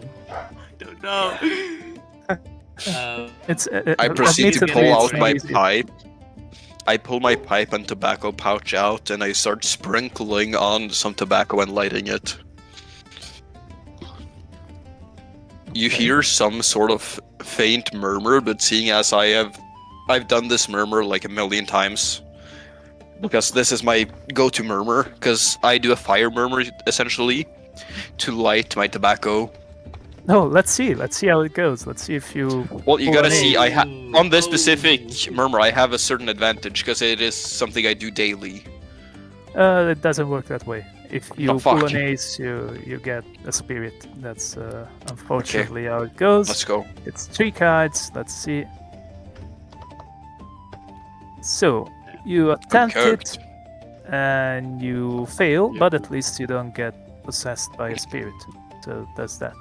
Well, there's no fire anymore. How the fuck am I supposed to light my tobacco, guys? That's a good question. You could do it the old-fashioned way and try with sticks, or try the murmur again. In if you're theory, feeling brave. No, but the question of the day: seeing as I have a dragon's body, would I be able to spit fire or no? I don't think Could I so. like puke a bit of like ember? I'm afraid your ferret head would explode, or at least catch fire. So Shit. I don't think. Can I gulp up like a slight ball of embers? Again, I think the part of your anatomy that is closest to a ferret would burn before it gets to the part that is more dragon-like. So, No nicotine for you. so you're craving. Well then, you're I start really, really Yeah, craving. I'm getting really desperate, so I attempt to murmur once again. Oh my god. Okay. There you go. Here it is. Oh my god, desperate So not only do you fail, Nah, bro. Well, no. I get a 19 with an ace. well, no, actually. Does the ace have to be a 11 at murmuring? Or no. Well, okay. Let's say, yeah. Yeah, let's say I get my pipe going, you but managed I get to at attacked by a least- spirit. Yeah, exactly. You have managed to at least cause the tobacco or the dried leaves inside the pipe to catch flame, and you essentially focused on raising the temperature enough that it would eventually just combust. Yeah, it just ignites. Yeah. As I draw Now- from my pipe, I spot the fucking spirit attacking me. Well, it's not something you see necessarily. It's No? it's a Well, I've sensation looked- that you've done this a million times every day, almost. Today, Yeah, I get Yeah. attacked by spirits like every day, you know? you feel a little heavier than usual, and you think maybe Oh. it's because I'm frustrated because the first time I tried it didn't work. Maybe it's just a matter Yeah. of, you know, I don't know, a rough night last night, the scare of that Eugene nade coming by. Yeah. Anyway, let's roll a dice here. 5. So 5. What was 5? Let me see. 5 was. Okay. So you have a -2 to your wits. To my wit. Oh shit, that could be bad. Yeah. That could be bad. Wait, let me go see what my wit is. It's 5. So now you are. Oh no, yeah, no, that's not too bad. How long It's does not this bad. effect last? Oh, you don't know that. Whoever. You know Okay. that it's pretty. You feel like you. So now I'm stupid as shit as well. Damn. Let's Well, go. it's not so much that. You feel very distracted because there is this lingering sensation, you notice, after a few moments, where you're taking your first puffs of smoke and you're feeling better and you think, finally, I can smoke. Damn it, I really needed that. After a second, you feel like you need to pee. You have this pressure, like, I need to go. I have to go. And you go away from the camp for a second and try to actually, relieve Figure yourself out and the go, okay. And you can't. And you fail. And you keep feeling this pressure like you actually have to go, but it doesn't work out, doesn't allow you to somehow. And so there is this lingering distraction, basically. So this negative damage, let's say, to your wits is because you're constantly thinking, shit, I have to go. And when you try, you can't. And, so you get back to the Just group, pee. and people are starting to wake up, and everything seems fine. And Samyar, you have assisted to this. You witnessed this strange moments of Bent. So he seemingly focused for a second on his pipe, and closed his eyes and seemed to concentrate, and then did it again after a moment, opening his eyes and seeing that it didn't catch on fire. And then he went to probably relieve himself. Okay, you think that's fine. And then he came back I mean, I with took this, a massive dump since I smoked, you know. at least that, yeah, I suppose. At least I took a massive dump. But so you have naturally some suspicions, Samyar. So the question now becomes, Lou, Samyar, how much do you know about the murmur, and how much do you care that potentially an innate uses it? I want to say I'm very much grown up murmurless. Not really much Okay. information about it. He just and saw me do low-key, some shit. I don't like this guy, so I don't really care. So He's nonchalant about it, guys. I'm just wide-eyed, still awake. Trying Yeah, to I stay ask if he awake. wants a puff of it. I offer my tobacco up for his consumption. Because he seems quite stressed. I refuse. I don't smoke. Okay. I'm So everyone very else, particular about my use. I proceed to ask, Makes sense. you're Close. bad. Is that it? Huh? What it? What it? Do you think you're a baddie? Don't mad me, dude. Baddie. So everyone else slowly wakes up hearing this very intellectual exchange between the two party members. Well, I mean, that I'm are very already stupid awake. now, no? Well, you're distracted. You're really kind of constantly feeling like this pressure, like I need to go, and then you Yeah, but can't, is wit and not intelligence too? It's but again, Yeah. it's just because your mind is very preoccupied all the time, and it becomes difficult to focus on anything else. So the others wake up slowly, none the wiser to whatever happened just briefly before the dawn, and they have to essentially make preparations, so to speak, for the journey, and most of them dedicate to cooking something briefly. They do wake and actually light a fire the old-fashioned way, rather than using their murmur. And there is a bit of you notice something peculiar, that one of the infantrymen actually uses his helmet to cook into, which is quite drastic to some extent. And it seems like something that you weren't necessarily expecting, but also, Someone drew a penis on me. yeah, very mature. What am I witnessing? I guess presumably some measure of infantile display. I Either wonder ways. who might the culprit be. I don't know. Really puzzled and Well, my it's- penis never went out, so I'm just giving my character what he already has, no?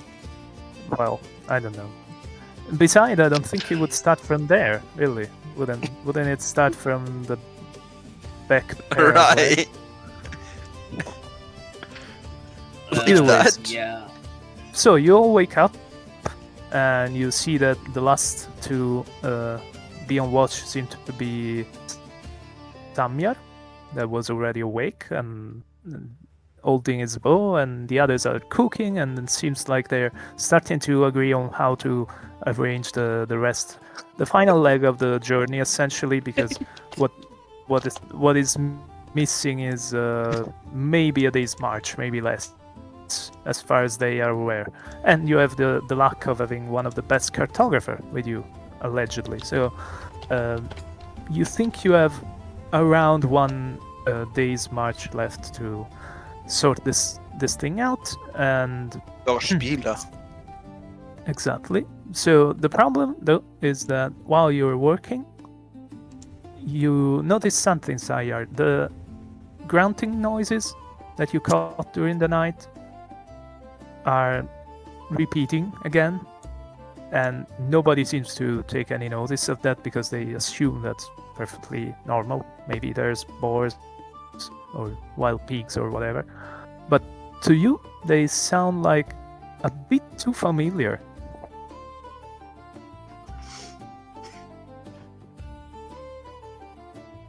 I low-key start tweaking.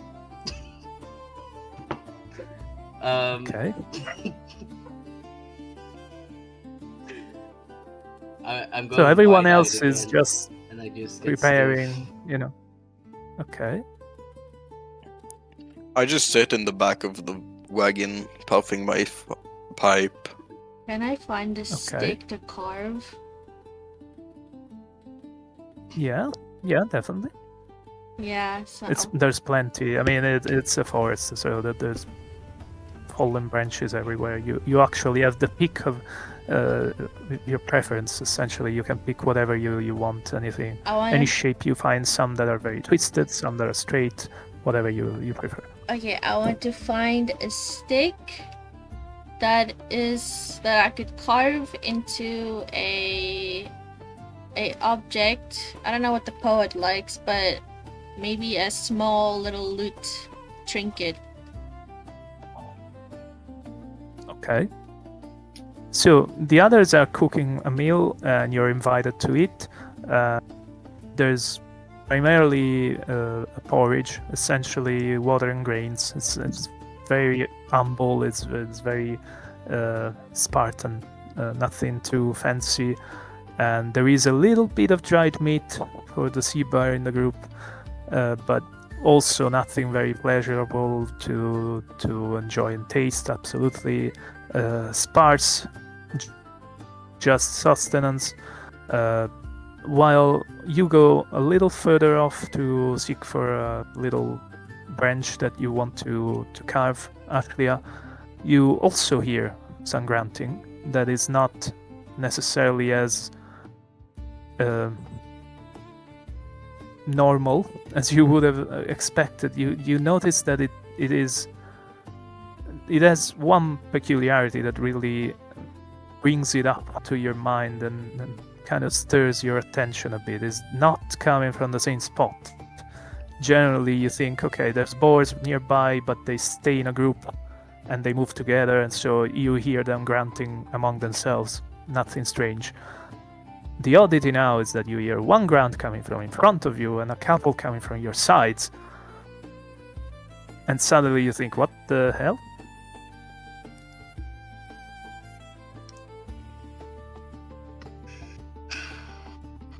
I go out from the carriage and start getting some sunlight. Because I know I need it, not get mad.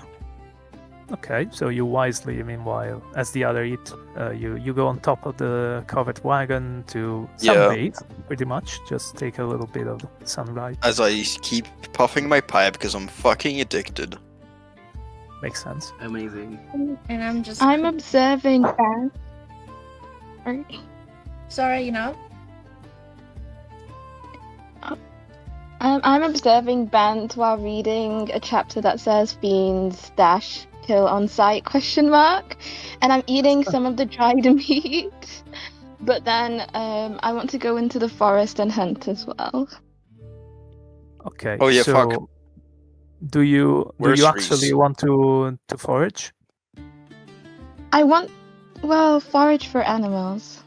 Okay. Yeah, and okay. Just let me see.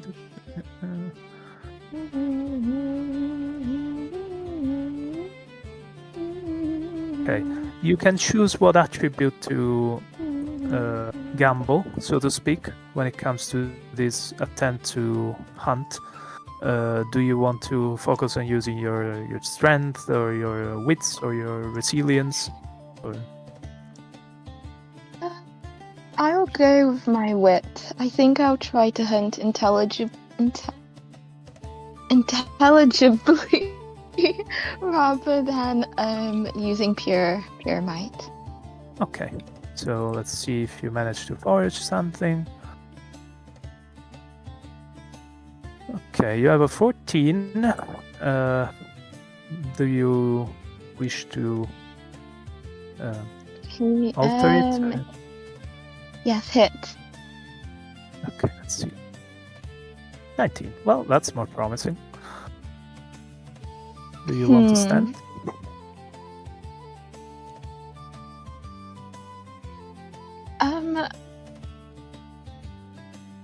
Yeah, I'll stand. Okay, so you have seen Ashlia go slightly to one side of the camp, you go on the other, you grab your dagger, and you spend some of this morning trying to construct what is a snare with the more supple branches that you find, little twigs and stuff that you can bend and arrange, and try to figure out if there are maybe traces of rabbits or maybe even little holes where they might be resting to place the snare on, and you use a simple root that you dug up to serve as a bait, and you know that you can only at that point leave it there for a bit, so you go back to the to the camp to check on it before you move on while everyone else has finished eating. And in the meantime, Ashlia, you have taken notice of these peculiar gruntings, and you're a little concerned and a little frozen because you have your stick, you found something that you feel confident you can carve in the shape that you want to present to Ibassad, but now there is this concern of what are these sounds, why are they apparently separate?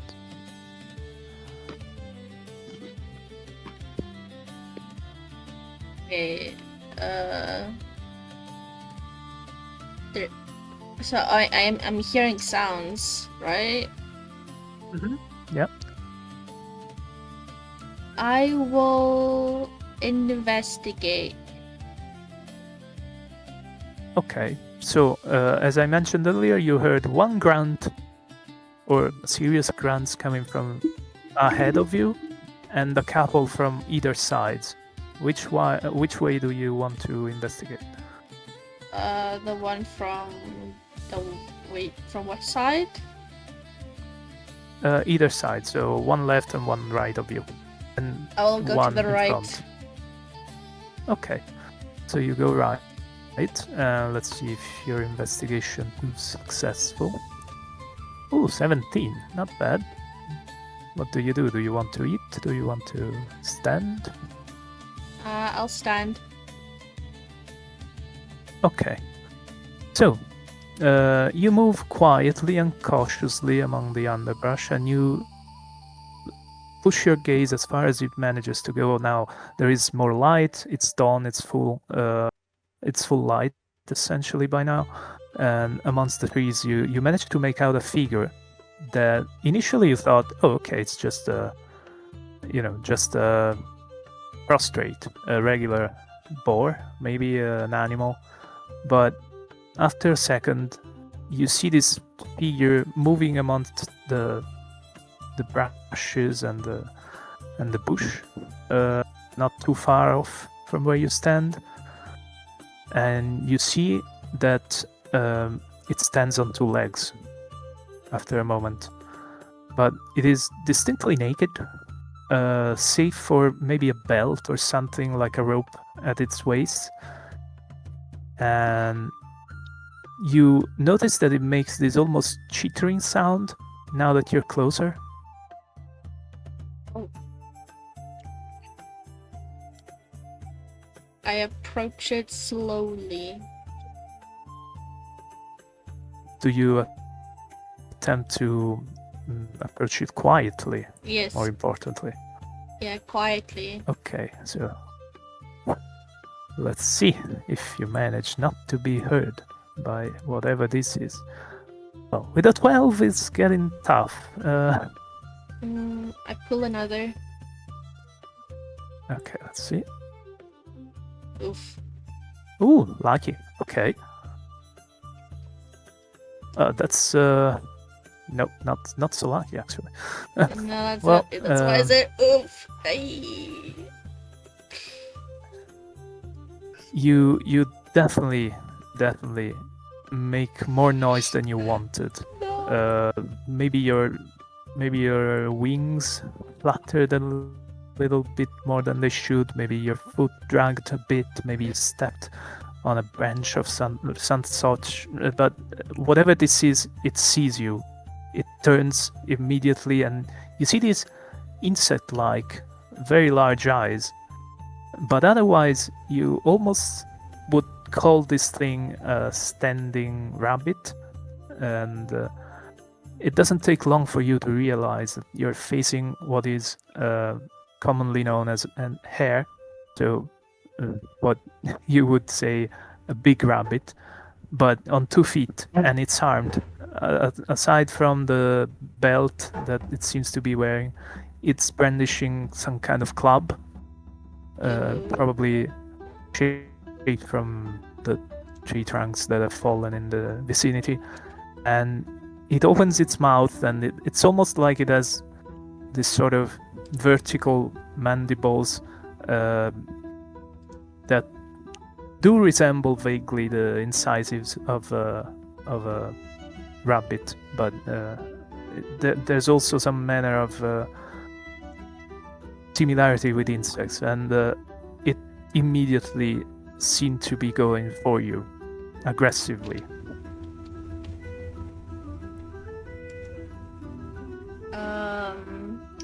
I take a step back and I get ready for potential combat. And I'm kind of frightened. Yes. Kind of frightened. Yeah, understandably, you're a little concerned. As this is happening, not too far from the camp, at the camp, you also all of you start to notice these strange sounds, and Samir, you becoming more and more concerned and more aware, because as Ashtia, you also took notice of the fact that they're not the grunts you would expect from wild pigs coming from the same direction, and you're starting to feel like you might be a little surrounded. Oh no.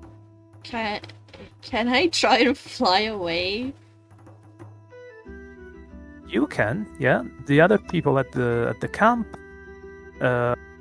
nobody other than Samyar seemed to be specifically aware that something might be closing in from all directions. But you, Samyar, definitely are starting to be worried. I glance over my shoulder before standing up and heading towards the sound, just to investigate, since it's now day and I can see better. It doesn't take very long for you to spot these very large ears flapping amidst the brush and the undergrowth. And the moment you realize that there are those kind of ears moving, whatever they belong to snaps out of the bush and rushes towards you. And contextually, this happens to everybody. Almost one-to-one, there are these creatures that are looking very much like standing up rabbits that are starting to charge each and every one of you from various spots around the camp. Like they have been stalking you for a while. You're probably at your most vulnerable because most of the other people that are with you and that are armed were preparing to leave or were eating or finishing their meal, and now you're essentially surrounded and attacked by these creatures that are known to be one of the most common and yet somewhat dangerous offshoots of innates. The hares are presumably something that has developed by mingling with fairies during infinite amount of times. It's hard to tell exactly how many centuries it took for them to become like this, but they almost insect-like beings that only want to benefit their hive, sort of, and they devour corpses. And apparently they're not too concerned with making new corpses, because they're charging at you from all sides and starting to surround you. And you're all taken a bit by surprise by this, understandably. But Samir, you're the only one that has a chance to react before they are attacked. Oh my god, there's a hair. Oh my god, this is so scary. And there are nice. many of them, and I mean many of them. You don't take Oh the my moment to stop and count them, but you're quite worried I because you're asked- definitely surrounded. Do you want to scream so people can come help you? Yeah, but first I want to put my shield up to my chest, and then I'll call around saying there's hairs. As soon as your shout goes However up, they call- yeah, as soon as your shout goes up, everyone that was camping otherwise jumps up, grabs their weapons. They try to make do as they can. So, Well, I asked first Budulf if we should run. Budulf, Yeah. bro is sleeping. Yeah. Do you want to run away with me? Romantic. We're getting attacked by really dangerous things. Should we run away to the town?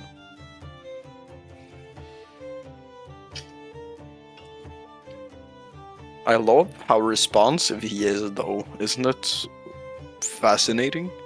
It's beautiful. What an interaction. 10 out of 10. Round of applause. Thank you. Oh! Oh!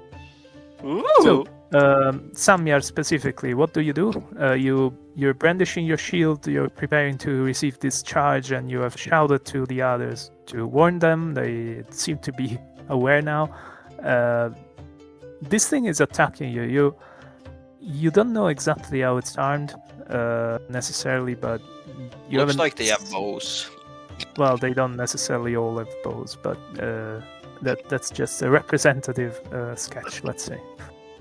I wanna try seeing which one can attack close range and which ones can attack long range. So you So you scan the battlefield then. Yeah.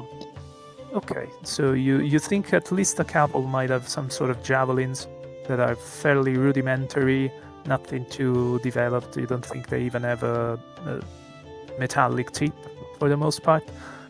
The others are wielding clubs and probably something they stolen from other corpses they looted, because some are wielding weapons that look very old, either rusty or very disheveled and bad So they repair. look like upright makings. Yes, but they also appear to be a couple of centuries old, maybe. Oh. I try again to Um. inquire the sleeping Budulf if he wants to run away with me. Reese! Yes. Do you want to run away with me? Or no? Do I want to run away? Yeah, sure. Yeah, okay, yeah, we start running for Torspiele then, in the covered wagon. So you're surrounded. So Rodolf tries Well, to mount he- his well, horse. Well, he As is he's surrounded. attached I'm to not the- surrounded. Are we surrounded too? These things are coming out of all directions around the camp, Ah, okay. Yes. including where you were. Yeah, I see. mean, obviously. And Ashley also has encountered potentially, she thinks, at least 3 of them somewhere not too far from the camp. But yeah, you're definitely all encircled. Bodolf Well, can try to mount his horse and make way and maybe trample them and leave. Yeah, that's what I'm But- thinking. Let's go for that. He said yes, let's run. So, Bodolf, do you try to crash your way through this encirclement and escape? Okay, let's see what happens. Oh, wait, that's actually really good. Just hit. Hit. A 9. Let's see. The deck has a 10, so could be worse. You have a 9 currently. A 2 and a 7. I'm gonna use my 9 to get 10, so that's 19. And I'm gonna stay on 19. Don't you have a queen as a? Yeah. The queen is Okay. a 10 though. Oh yeah, no. Oh, for some reason I heard I used my 9 and I was like, you don't have a 9. No. I use my 10 to make 19. Let's see Actually, what I the use a deck joker, does. guys. 18. Okay, so you managed to actually grab your Yes. horse, And and in the somewhat confused moments, you manage to attach it to the cover wagon, and you're ready to go. And basically, on the wagon, as far as you know, there's only boy, and this innate that has been smoking all day, basically thus far. And in the confusion, you just spur the horse, and the horse is a little concerned and then probably frightened by the sudden concitation, and then just falls in the middle of the group of these heirs, and they don't seem particularly concerned with stopping you specifically, because they're clearly not after supplies or materials or the wagon itself that could be precious to another upright. For them, it's meat. They want your corpses, essentially. So Yeah, and since even if I'm you- really small and he has too many pubes, they don't want us even. well, they basically want the numbers, not the couple of people that are escaping. So you're bolting it. You make for the nearest opening in the forest, and you pray that the cart is actually sufficiently steady to sustain this somewhat rough terrain at this speed. And you two essentially are somewhat out of the picture at present, because you're Yeah. running. But we Uh, still have to play out our running away story, you know? Yeah, afterwards. Yeah. Ashlia, so you decided to try and fly up, is that correct?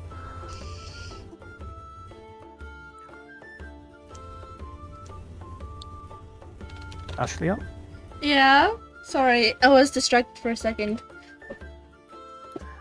You try to fly off, since there are these things that are apparently charging at you.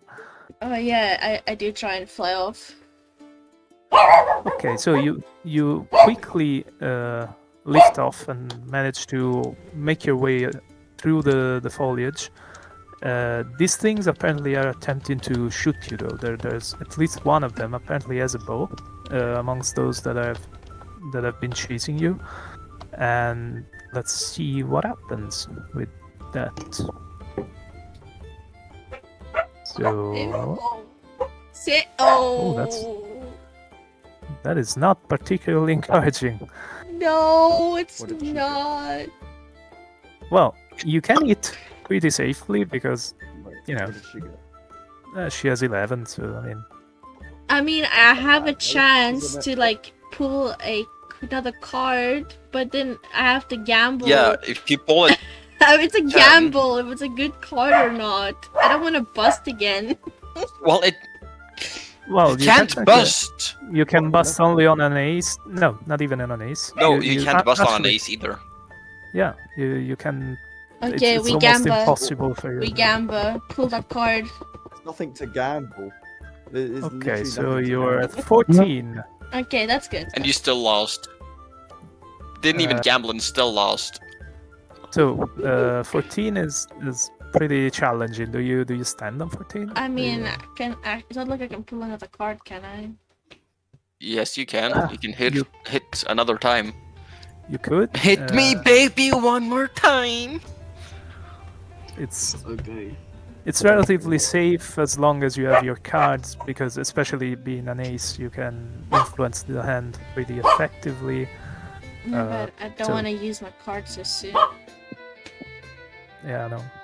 Unlike somebody who used it already. And Reese's used his twice. Well, no, once. No, I'm gonna He's used it stand. twice. I'm gonna stand on 14. Okay. Let's see. Wait, why do I have so many cards? I think Samir has been trading me cards, guys. So 13, 14, 18. Unfortunately, GG. the archer apparently manages to train his bow and arrow against you and lose an arrow that does reach you. You're flying. You suddenly feel the sting in your leg behind the thigh, and let's see what you receive from that. No. So I'm just plummeting down to the ground. Hopefully You're not. dying. Die!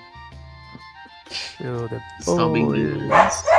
Die, Leah, die! What's the You time? don't have any armor, do you? For you, it's like no, I don't. 7:30. So Excuse me? technically, you How long have we receive been doing this? 2.5. FT 6 Oh my god, damage you to scared the shit might. out of me. It's half 6, not half 7. So you're down to 0 on might. It's half till, not half past. I'm referring to. Yeah. Meaning, Ashlia, you feel this thing and you're spent. So what it means that you currently no longer take into account your figures when you play the hand. If you get any more damage, you're probably going to pass out or perish even. Oh my So god, you don't she's fall dying already. You don't fall out of the sky. You still have the opportunity to fly off, hopefully. But obviously, as long as there's line of sight, whoever has a bow has quite the opportunity to still hurt you. So the other one that can react. From the others until they get out because I don't want to fight. Sorry? So Sorry. I'm keeping Caleb separate. Okay. So don't open this middle gate. Or if you do, make sure Caleb's on this side and the other don't put that. Okay. Because I don't want to Whose fight mom with is them. screaming right now? Her husband's mother, I believe. Sorry? They're here with you now. Yeah, earlier. Anyways, So can rock I all want the to way charge from to this the way. long-range people with behind Okay. my shield So you to attack them. like knock them to the Okay. at least. You're So not you even use this your- mighty. You use your shield to attempt to shove them down, essentially. This almond shield. Yes, sire. So since they have reach on you, they interact first. So they manage to use their javelins, and there is the one that you're charging tries to lob a javelin at you. Let's see if you manage to sneak past it. Wow. So 2 twos Oh. again. My god. Wait, have we yet to see the 2 of hearts? I need that back, guys. we haven't. Not yet.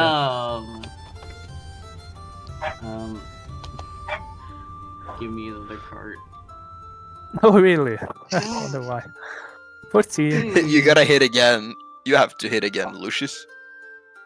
Give me another card. Oof. Ouch. And then you bust by 1. What's funny is if he's Darn it. we'd have to take another card.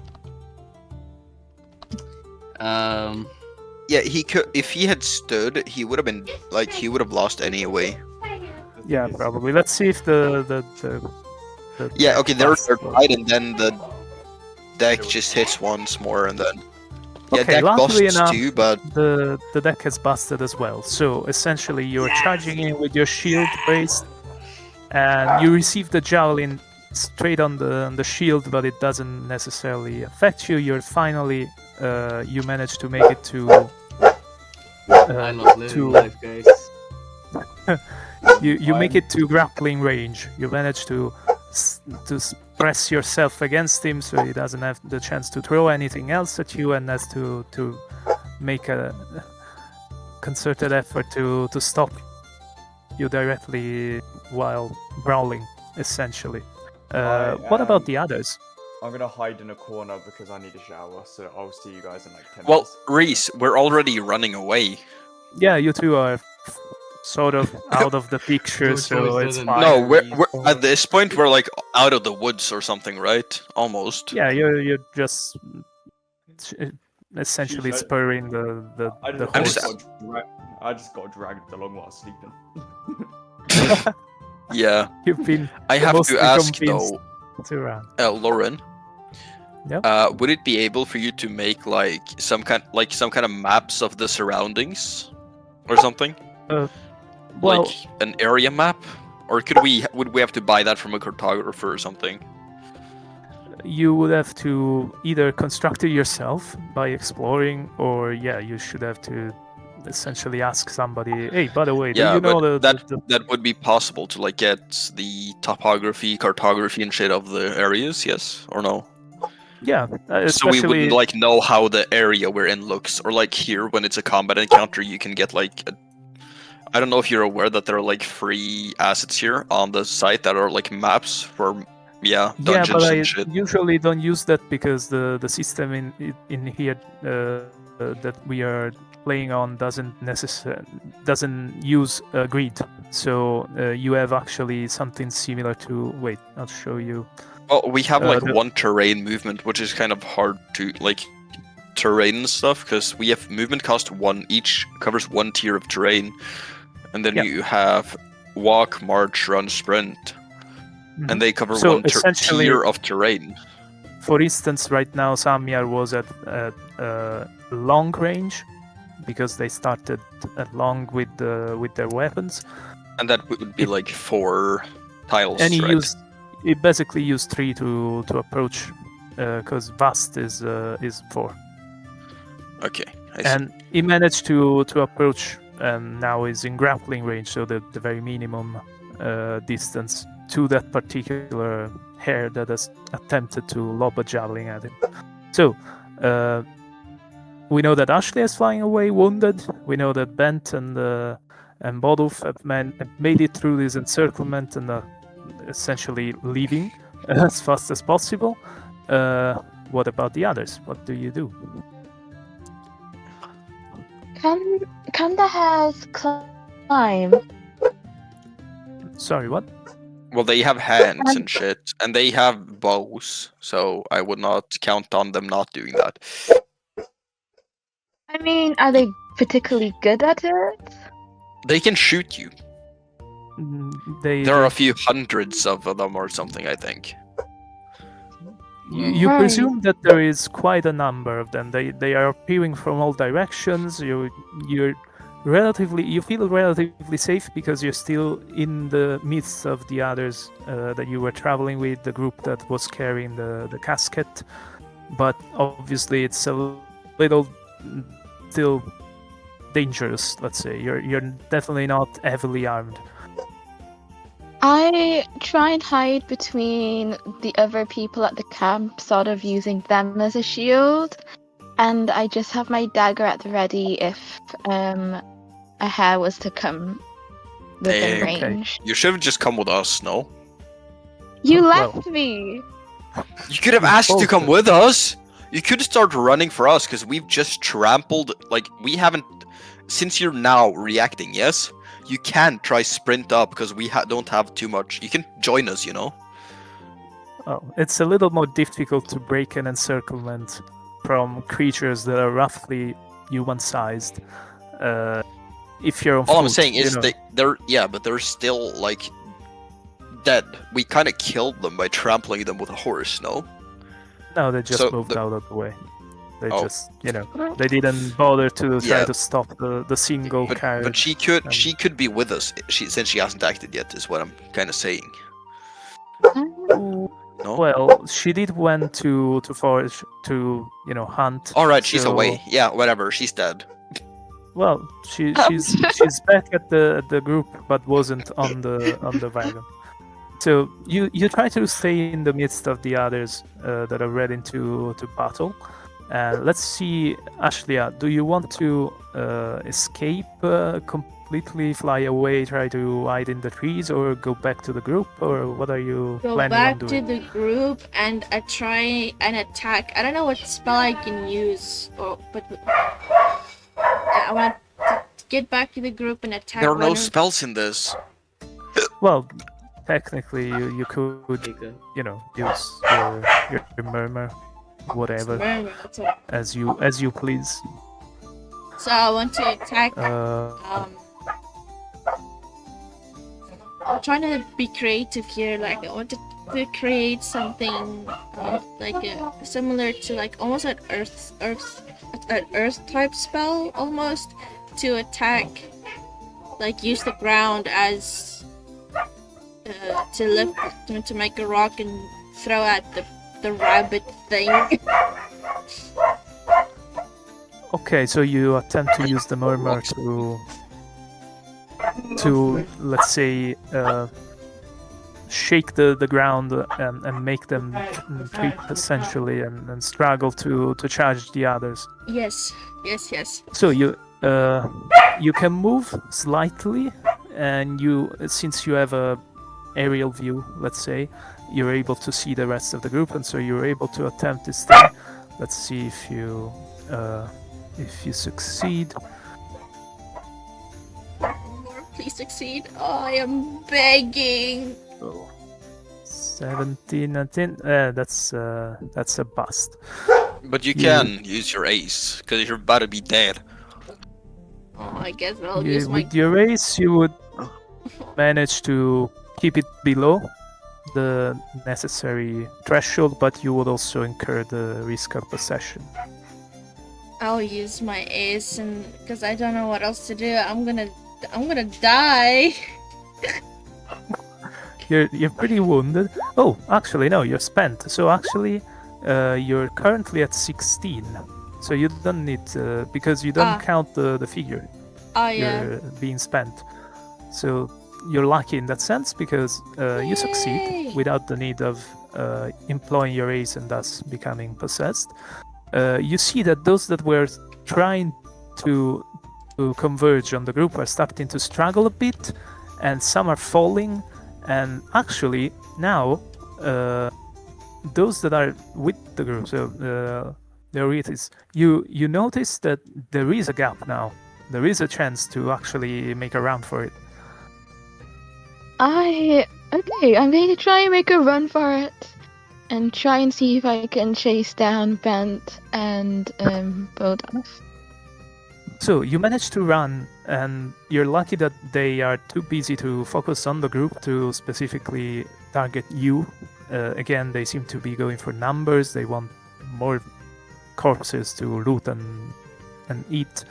So you're running. You still have some side of this carriage rolling down amongst the tree, and you're lucky that it's considerably slowed down by how thick the forest is. Thank you. So it is possible that you'll manage to catch it up, even just by your sprinting.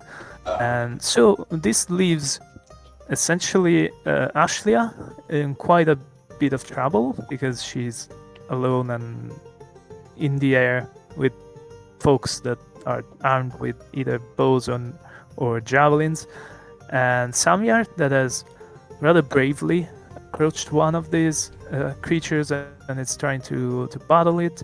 The other in the group are starting to also attempt to defend themselves. So now, to resolve this more numerous encounter, I would like to use another simple and rather quick system that I have, which is simply high or low.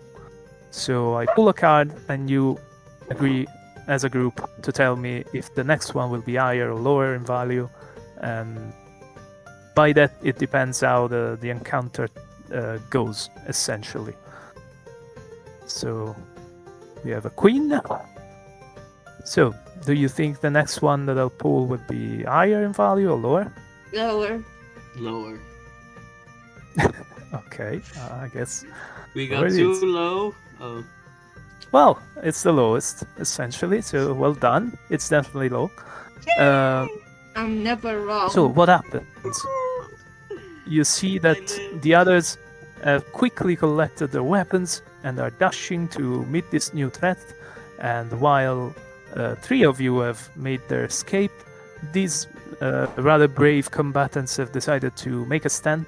Most of them dash on foot, brandishing their weapons to meet the incoming threat, and seem to be able to either wound or push back most of the airs that have engulfed this little clearing you were camping in. And Guinevere is the only one that actually decides to mount her horse, so it takes a little longer to enter the fray, but when she does, it is quite terrifying. You see this fully armored young noble on a war horse, and she begins to circle the clearing, knocking down the airs with her horse and slashing them with their sword. One thing that you immediately notice is that her sword is quite spectacular. She's wielding something that has almost like a fan-shaped, almost like a shell-shaped pommel, and the crossguard is golden. And what little also took notice in the chaos of the battle, that when she drew this sword, it made quite a distinctive hiss, almost. It's quite a strangely melodic metal that when it vibrates, it does this little thing almost. During the battle, Ibassad stands close to the middle, being completely unarmored, but he also has this rather furnished and an interestingly decorated sword, and he takes part in the fray, and it seems to defend itself quite effectively despite being otherwise unarmored. So it seems that these things take quite a bit of damage and quite a bit of casualties. They're not particularly strong, they're not particularly robust. When they see that the ambush has not been as effective as they had hoped, and has not put you all into disarray, and it wasn't easy to just kill you either in your sleep or while you were eating, they seem to gather back and give ground, and eventually they just run back to presumably some kind of burrow, not too far. And you know that this is a very prominent threat in the field on top of burrows, and they risk collapsing because of these creatures that sometimes make their appearance. But it seems that thanks to the rest of the combatants, things have turned in your favor, and you have been more or less saved by this chance encounter. Samyar, you come out of this encounter feeling a little guilty, feeling like perhaps you could have spotted this ambush much earlier than you did during your watch, but you prefer to leave it to rest, essentially, and went back to the fireplace and decided not to investigate any further. Doesn't have the balls to tell them. Darn. No, I'm not Thus gonna far, tell them. you- I'm keeping this to myself. Okay, so you decide not to communicate this. You notice that one of you, though, has taken quite a nasty wound, and you feel a little bit of concern when you notice that Ashley has one very, very bleeding leg with an arrow sticking through it, and there is some concern. But I'd say that with the others running away and you slowly collecting yourselves after this impromptu battle that you were forced to have after a very modest breakfast, we'll pause there since it's almost 8, and I think Reese will be going to work not too long from now. But our story. By the way, did the kitty make it? The kitty managed to escape from the encircling airs and is chasing after the covered carriage currently. And it's lucky that being in a wooded area, the carriage isn't going full tilt. Otherwise, even being a seabird wouldn't be able to catch up. Yeah. So, Could I you're mostly safe, use- except for one of you being possessed and another being quite severely wounded. Let's hope that doesn't. Test, believe me, been there, done that. Could I So, use my healing skill, which I think I have? Yeah, my competence of healing on Ashlia to at least contain the wound, or So yeah, to heal. In order to heal, you have to use, I believe it was wits. Let's see. I ate my pizza too Yes. fast. Okay. Well, yeah. Let's play a hand. Let's see if Samir manages to at least extract the arrow and bandage. Oh yeah, Somewhat, there's a arrow in my leg. Oh, right. Yeah. Oops. There's an arrow in my leg. Oopsie. You basically. Happens. Wait, what happened to the hairs? Why did somebody come on them? So you You have a did that. 13 currently. Let's see the. Okay, the deck has only a 4, so the wound maybe isn't as terrible as you first imagined, but it's still quite a concern. What do you do with this hand?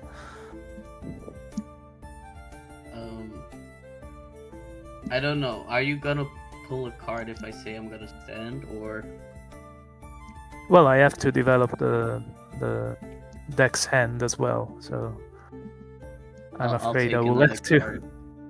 Okay. Take another card. Oh, 16. I'll stand. Okay, stand on the 16. Oof, that's 11. 16. 18. I think you killed her, Lucius. Well, No. but you use up 1 point of your wits, so you're down to 5. And I failed to properly heal Ashlia, or rather, even actually provide much Hurting her in more. the way of first aid. You didn't necessarily hurt her, but you determined that the wound, since the tip of the arrow didn't come out the other way, didn't go through, you're too scared to decide whether to pull it because you think if it's barbed, I'm gonna rip most of his Wait, flesh did off. he not it's worse. just pull out the arrow? Or did I No. mistake that? It was Not he the was point. trying to decide how to approach it. He was trying to provide first aid and is examining this and is being relatively wise in deciding not to push or pull the arrow, and he eventually determines that it is kind of beyond his skills, and the most he manages to do is actually wrap something around the leg to prevent further bleeding and hopefully passing out from that. So I'd say we'd leave it at that, with the fairly wounded Ashlia with the very possessed Bent, and I'm just a and- little possessed, guys. I just have For to now, pay yeah. P. you have a pretty strange impetus to go to the bathroom that doesn't seem to pan out very much. Okay, So, can I yeah, try there's that. and heal myself? Yeah, of course. Let's see. Can I try getting Uh, rid of the spirits? Well, you can, but it is generally something that is done by either axes or mentors, people that have previous experience in this kind of things. It's generally either a whole ritual or a very gruesome and complex surgical procedure. If you lean more towards the School of Ammon and the knowledgeable magisters that might well, not necessarily castrated, but Potentially.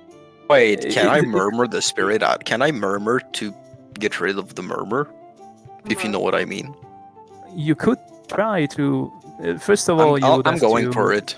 to spot it, but it's a little more complicated than that. For now, Well, you're not. Well, I try necessarily- murmuring to check. I do a murmur check then. Oh, let's see the healing check for Ashley first, and then we'll figure out exactly how you're handling this possession. So, okay. So Ashley has a 19, and wow, let's see. She's against the tree. Well, I think that probably No, she's murmuring. Her healing is murmuring. No. No, I have I don't know. I Do have you attempt to? I have a heal competent. Okay. Competent. So that's fine. Yeah, she's competent as a W. healer, so- W res. I also was. Oh, you're. Me too. Look how you ended up. Look what happened to you. Do you, I'll be ending Ashley? up Do in you the want slope. to stand on Yeah, team? I think 19's good. I'm gonna bust it away. 19's That's really good. 10, 13, 23. Okay, so you manage to figure out more or less how to approach this. You figure out that the hares that have died here near the clearing are mostly armed with sticks and things that have been sharpened but are not metallically tipped. So you're fairly confident that whatever is in your leg is not barbed.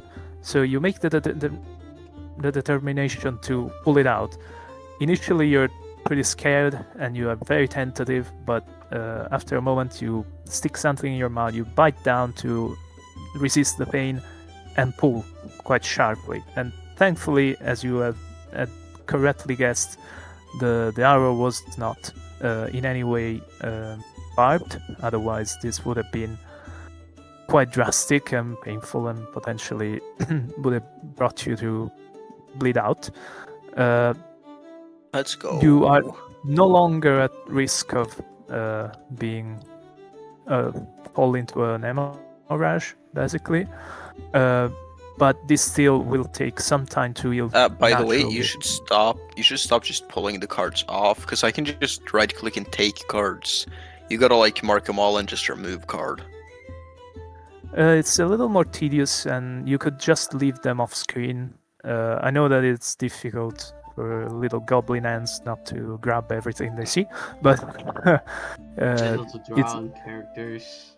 it's just the only way that I can continue to roll through the deck without having to reshuffle it. No. Because if you remove them, they go into the removed cards. Yes, but it is tedious because I have to do it for every single card, whereas if I just push them off the map, they stay there. It's fine. Well, no, you can just mark them. Like, actually, you can just, like, draw a thing on them and just right-click to remove. Yeah, no, it's what I'm saying. This way, I just have to drag them off the screen. The other way, I have to right-click them, select remove card every time, put them in the remove pile, recuperate them from the remove pile once the deck is run through. But I also keep the jokers in the remove pile, so it's a little, it's more convenient to just shove them off the map. And recall them once we have gone through the deck, so I can just reshuffle it. This way, I'm sure that we will see all the cards eventually. Otherwise, if I constantly recall them and reshuffle every time, it's gonna be impossible for some cards to appear. Statistically, that there's a chance that some cards will never even make an appearance. So anyway, you seem to be fine now, more or less. Do you want to play the murmur check? Let's say. But we'll run. Murmur? Oh yeah, that. I want a Otherwise, murmur I think- check. Yeah. Okay, so Yeah. you're Yeah. Of not feeling course. too well. You're a little distracted. You feel this pressure. You don't understand what it is. You Yeah. think I gotta pee. maybe it's something just start off. peeing then. Let's see. So you. I give it a can't shot. pee. Ouch. Amazing. That is just. I mean. Okay. Well, let's Fantastic. roll. Let's roll another another d6 again. Yo. Wow. So I gotta pee even more. you gotta be a lot. Damn. So your wits are currently down to 1, and I try again. I mean, if you want Oh to. my God. Yeah, of course I do. Your bladder is gonna explode soon. I'm telling you. You're just gonna combust. It's gonna. You die. That's all I got. I want to do one last thing before we end the session. Wait, I gotta do my second check, pretty please. Well, let's alternate. You Okay. one at a time. What do you want to do, Ashley? I want to, like, I had the stick, right? So I want to carve a small loot. Oh yeah, well, you'll probably start to get traveling again now that you managed to repel this little ambush. You might be on the way. So I think that carving will take some time and then be a further development, let's say, for the next day on the road. Yeah. Which, depending, if you can kind of fly at a low altitude and meanwhile carve without having to be distracted and walking, you might do something like that. But yeah, there's no rush for that because you'll probably be on the road again soon after this encounter. Bye.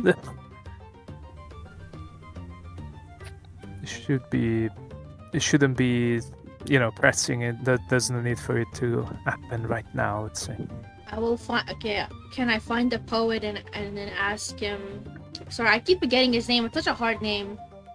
Ibn Hassad. Yeah, I'm Ibn gonna Hassad. keep forgetting, so I'm just gonna call it the poet. Okay. So I find the poet. I go to him and I'm worried. I'm really worried, and I'm asking, "Are you alright? You're not hurt?" He seems to have a few bruising on him after this encounter. It's a little dusty from the scuffle, but otherwise he seems to be fine.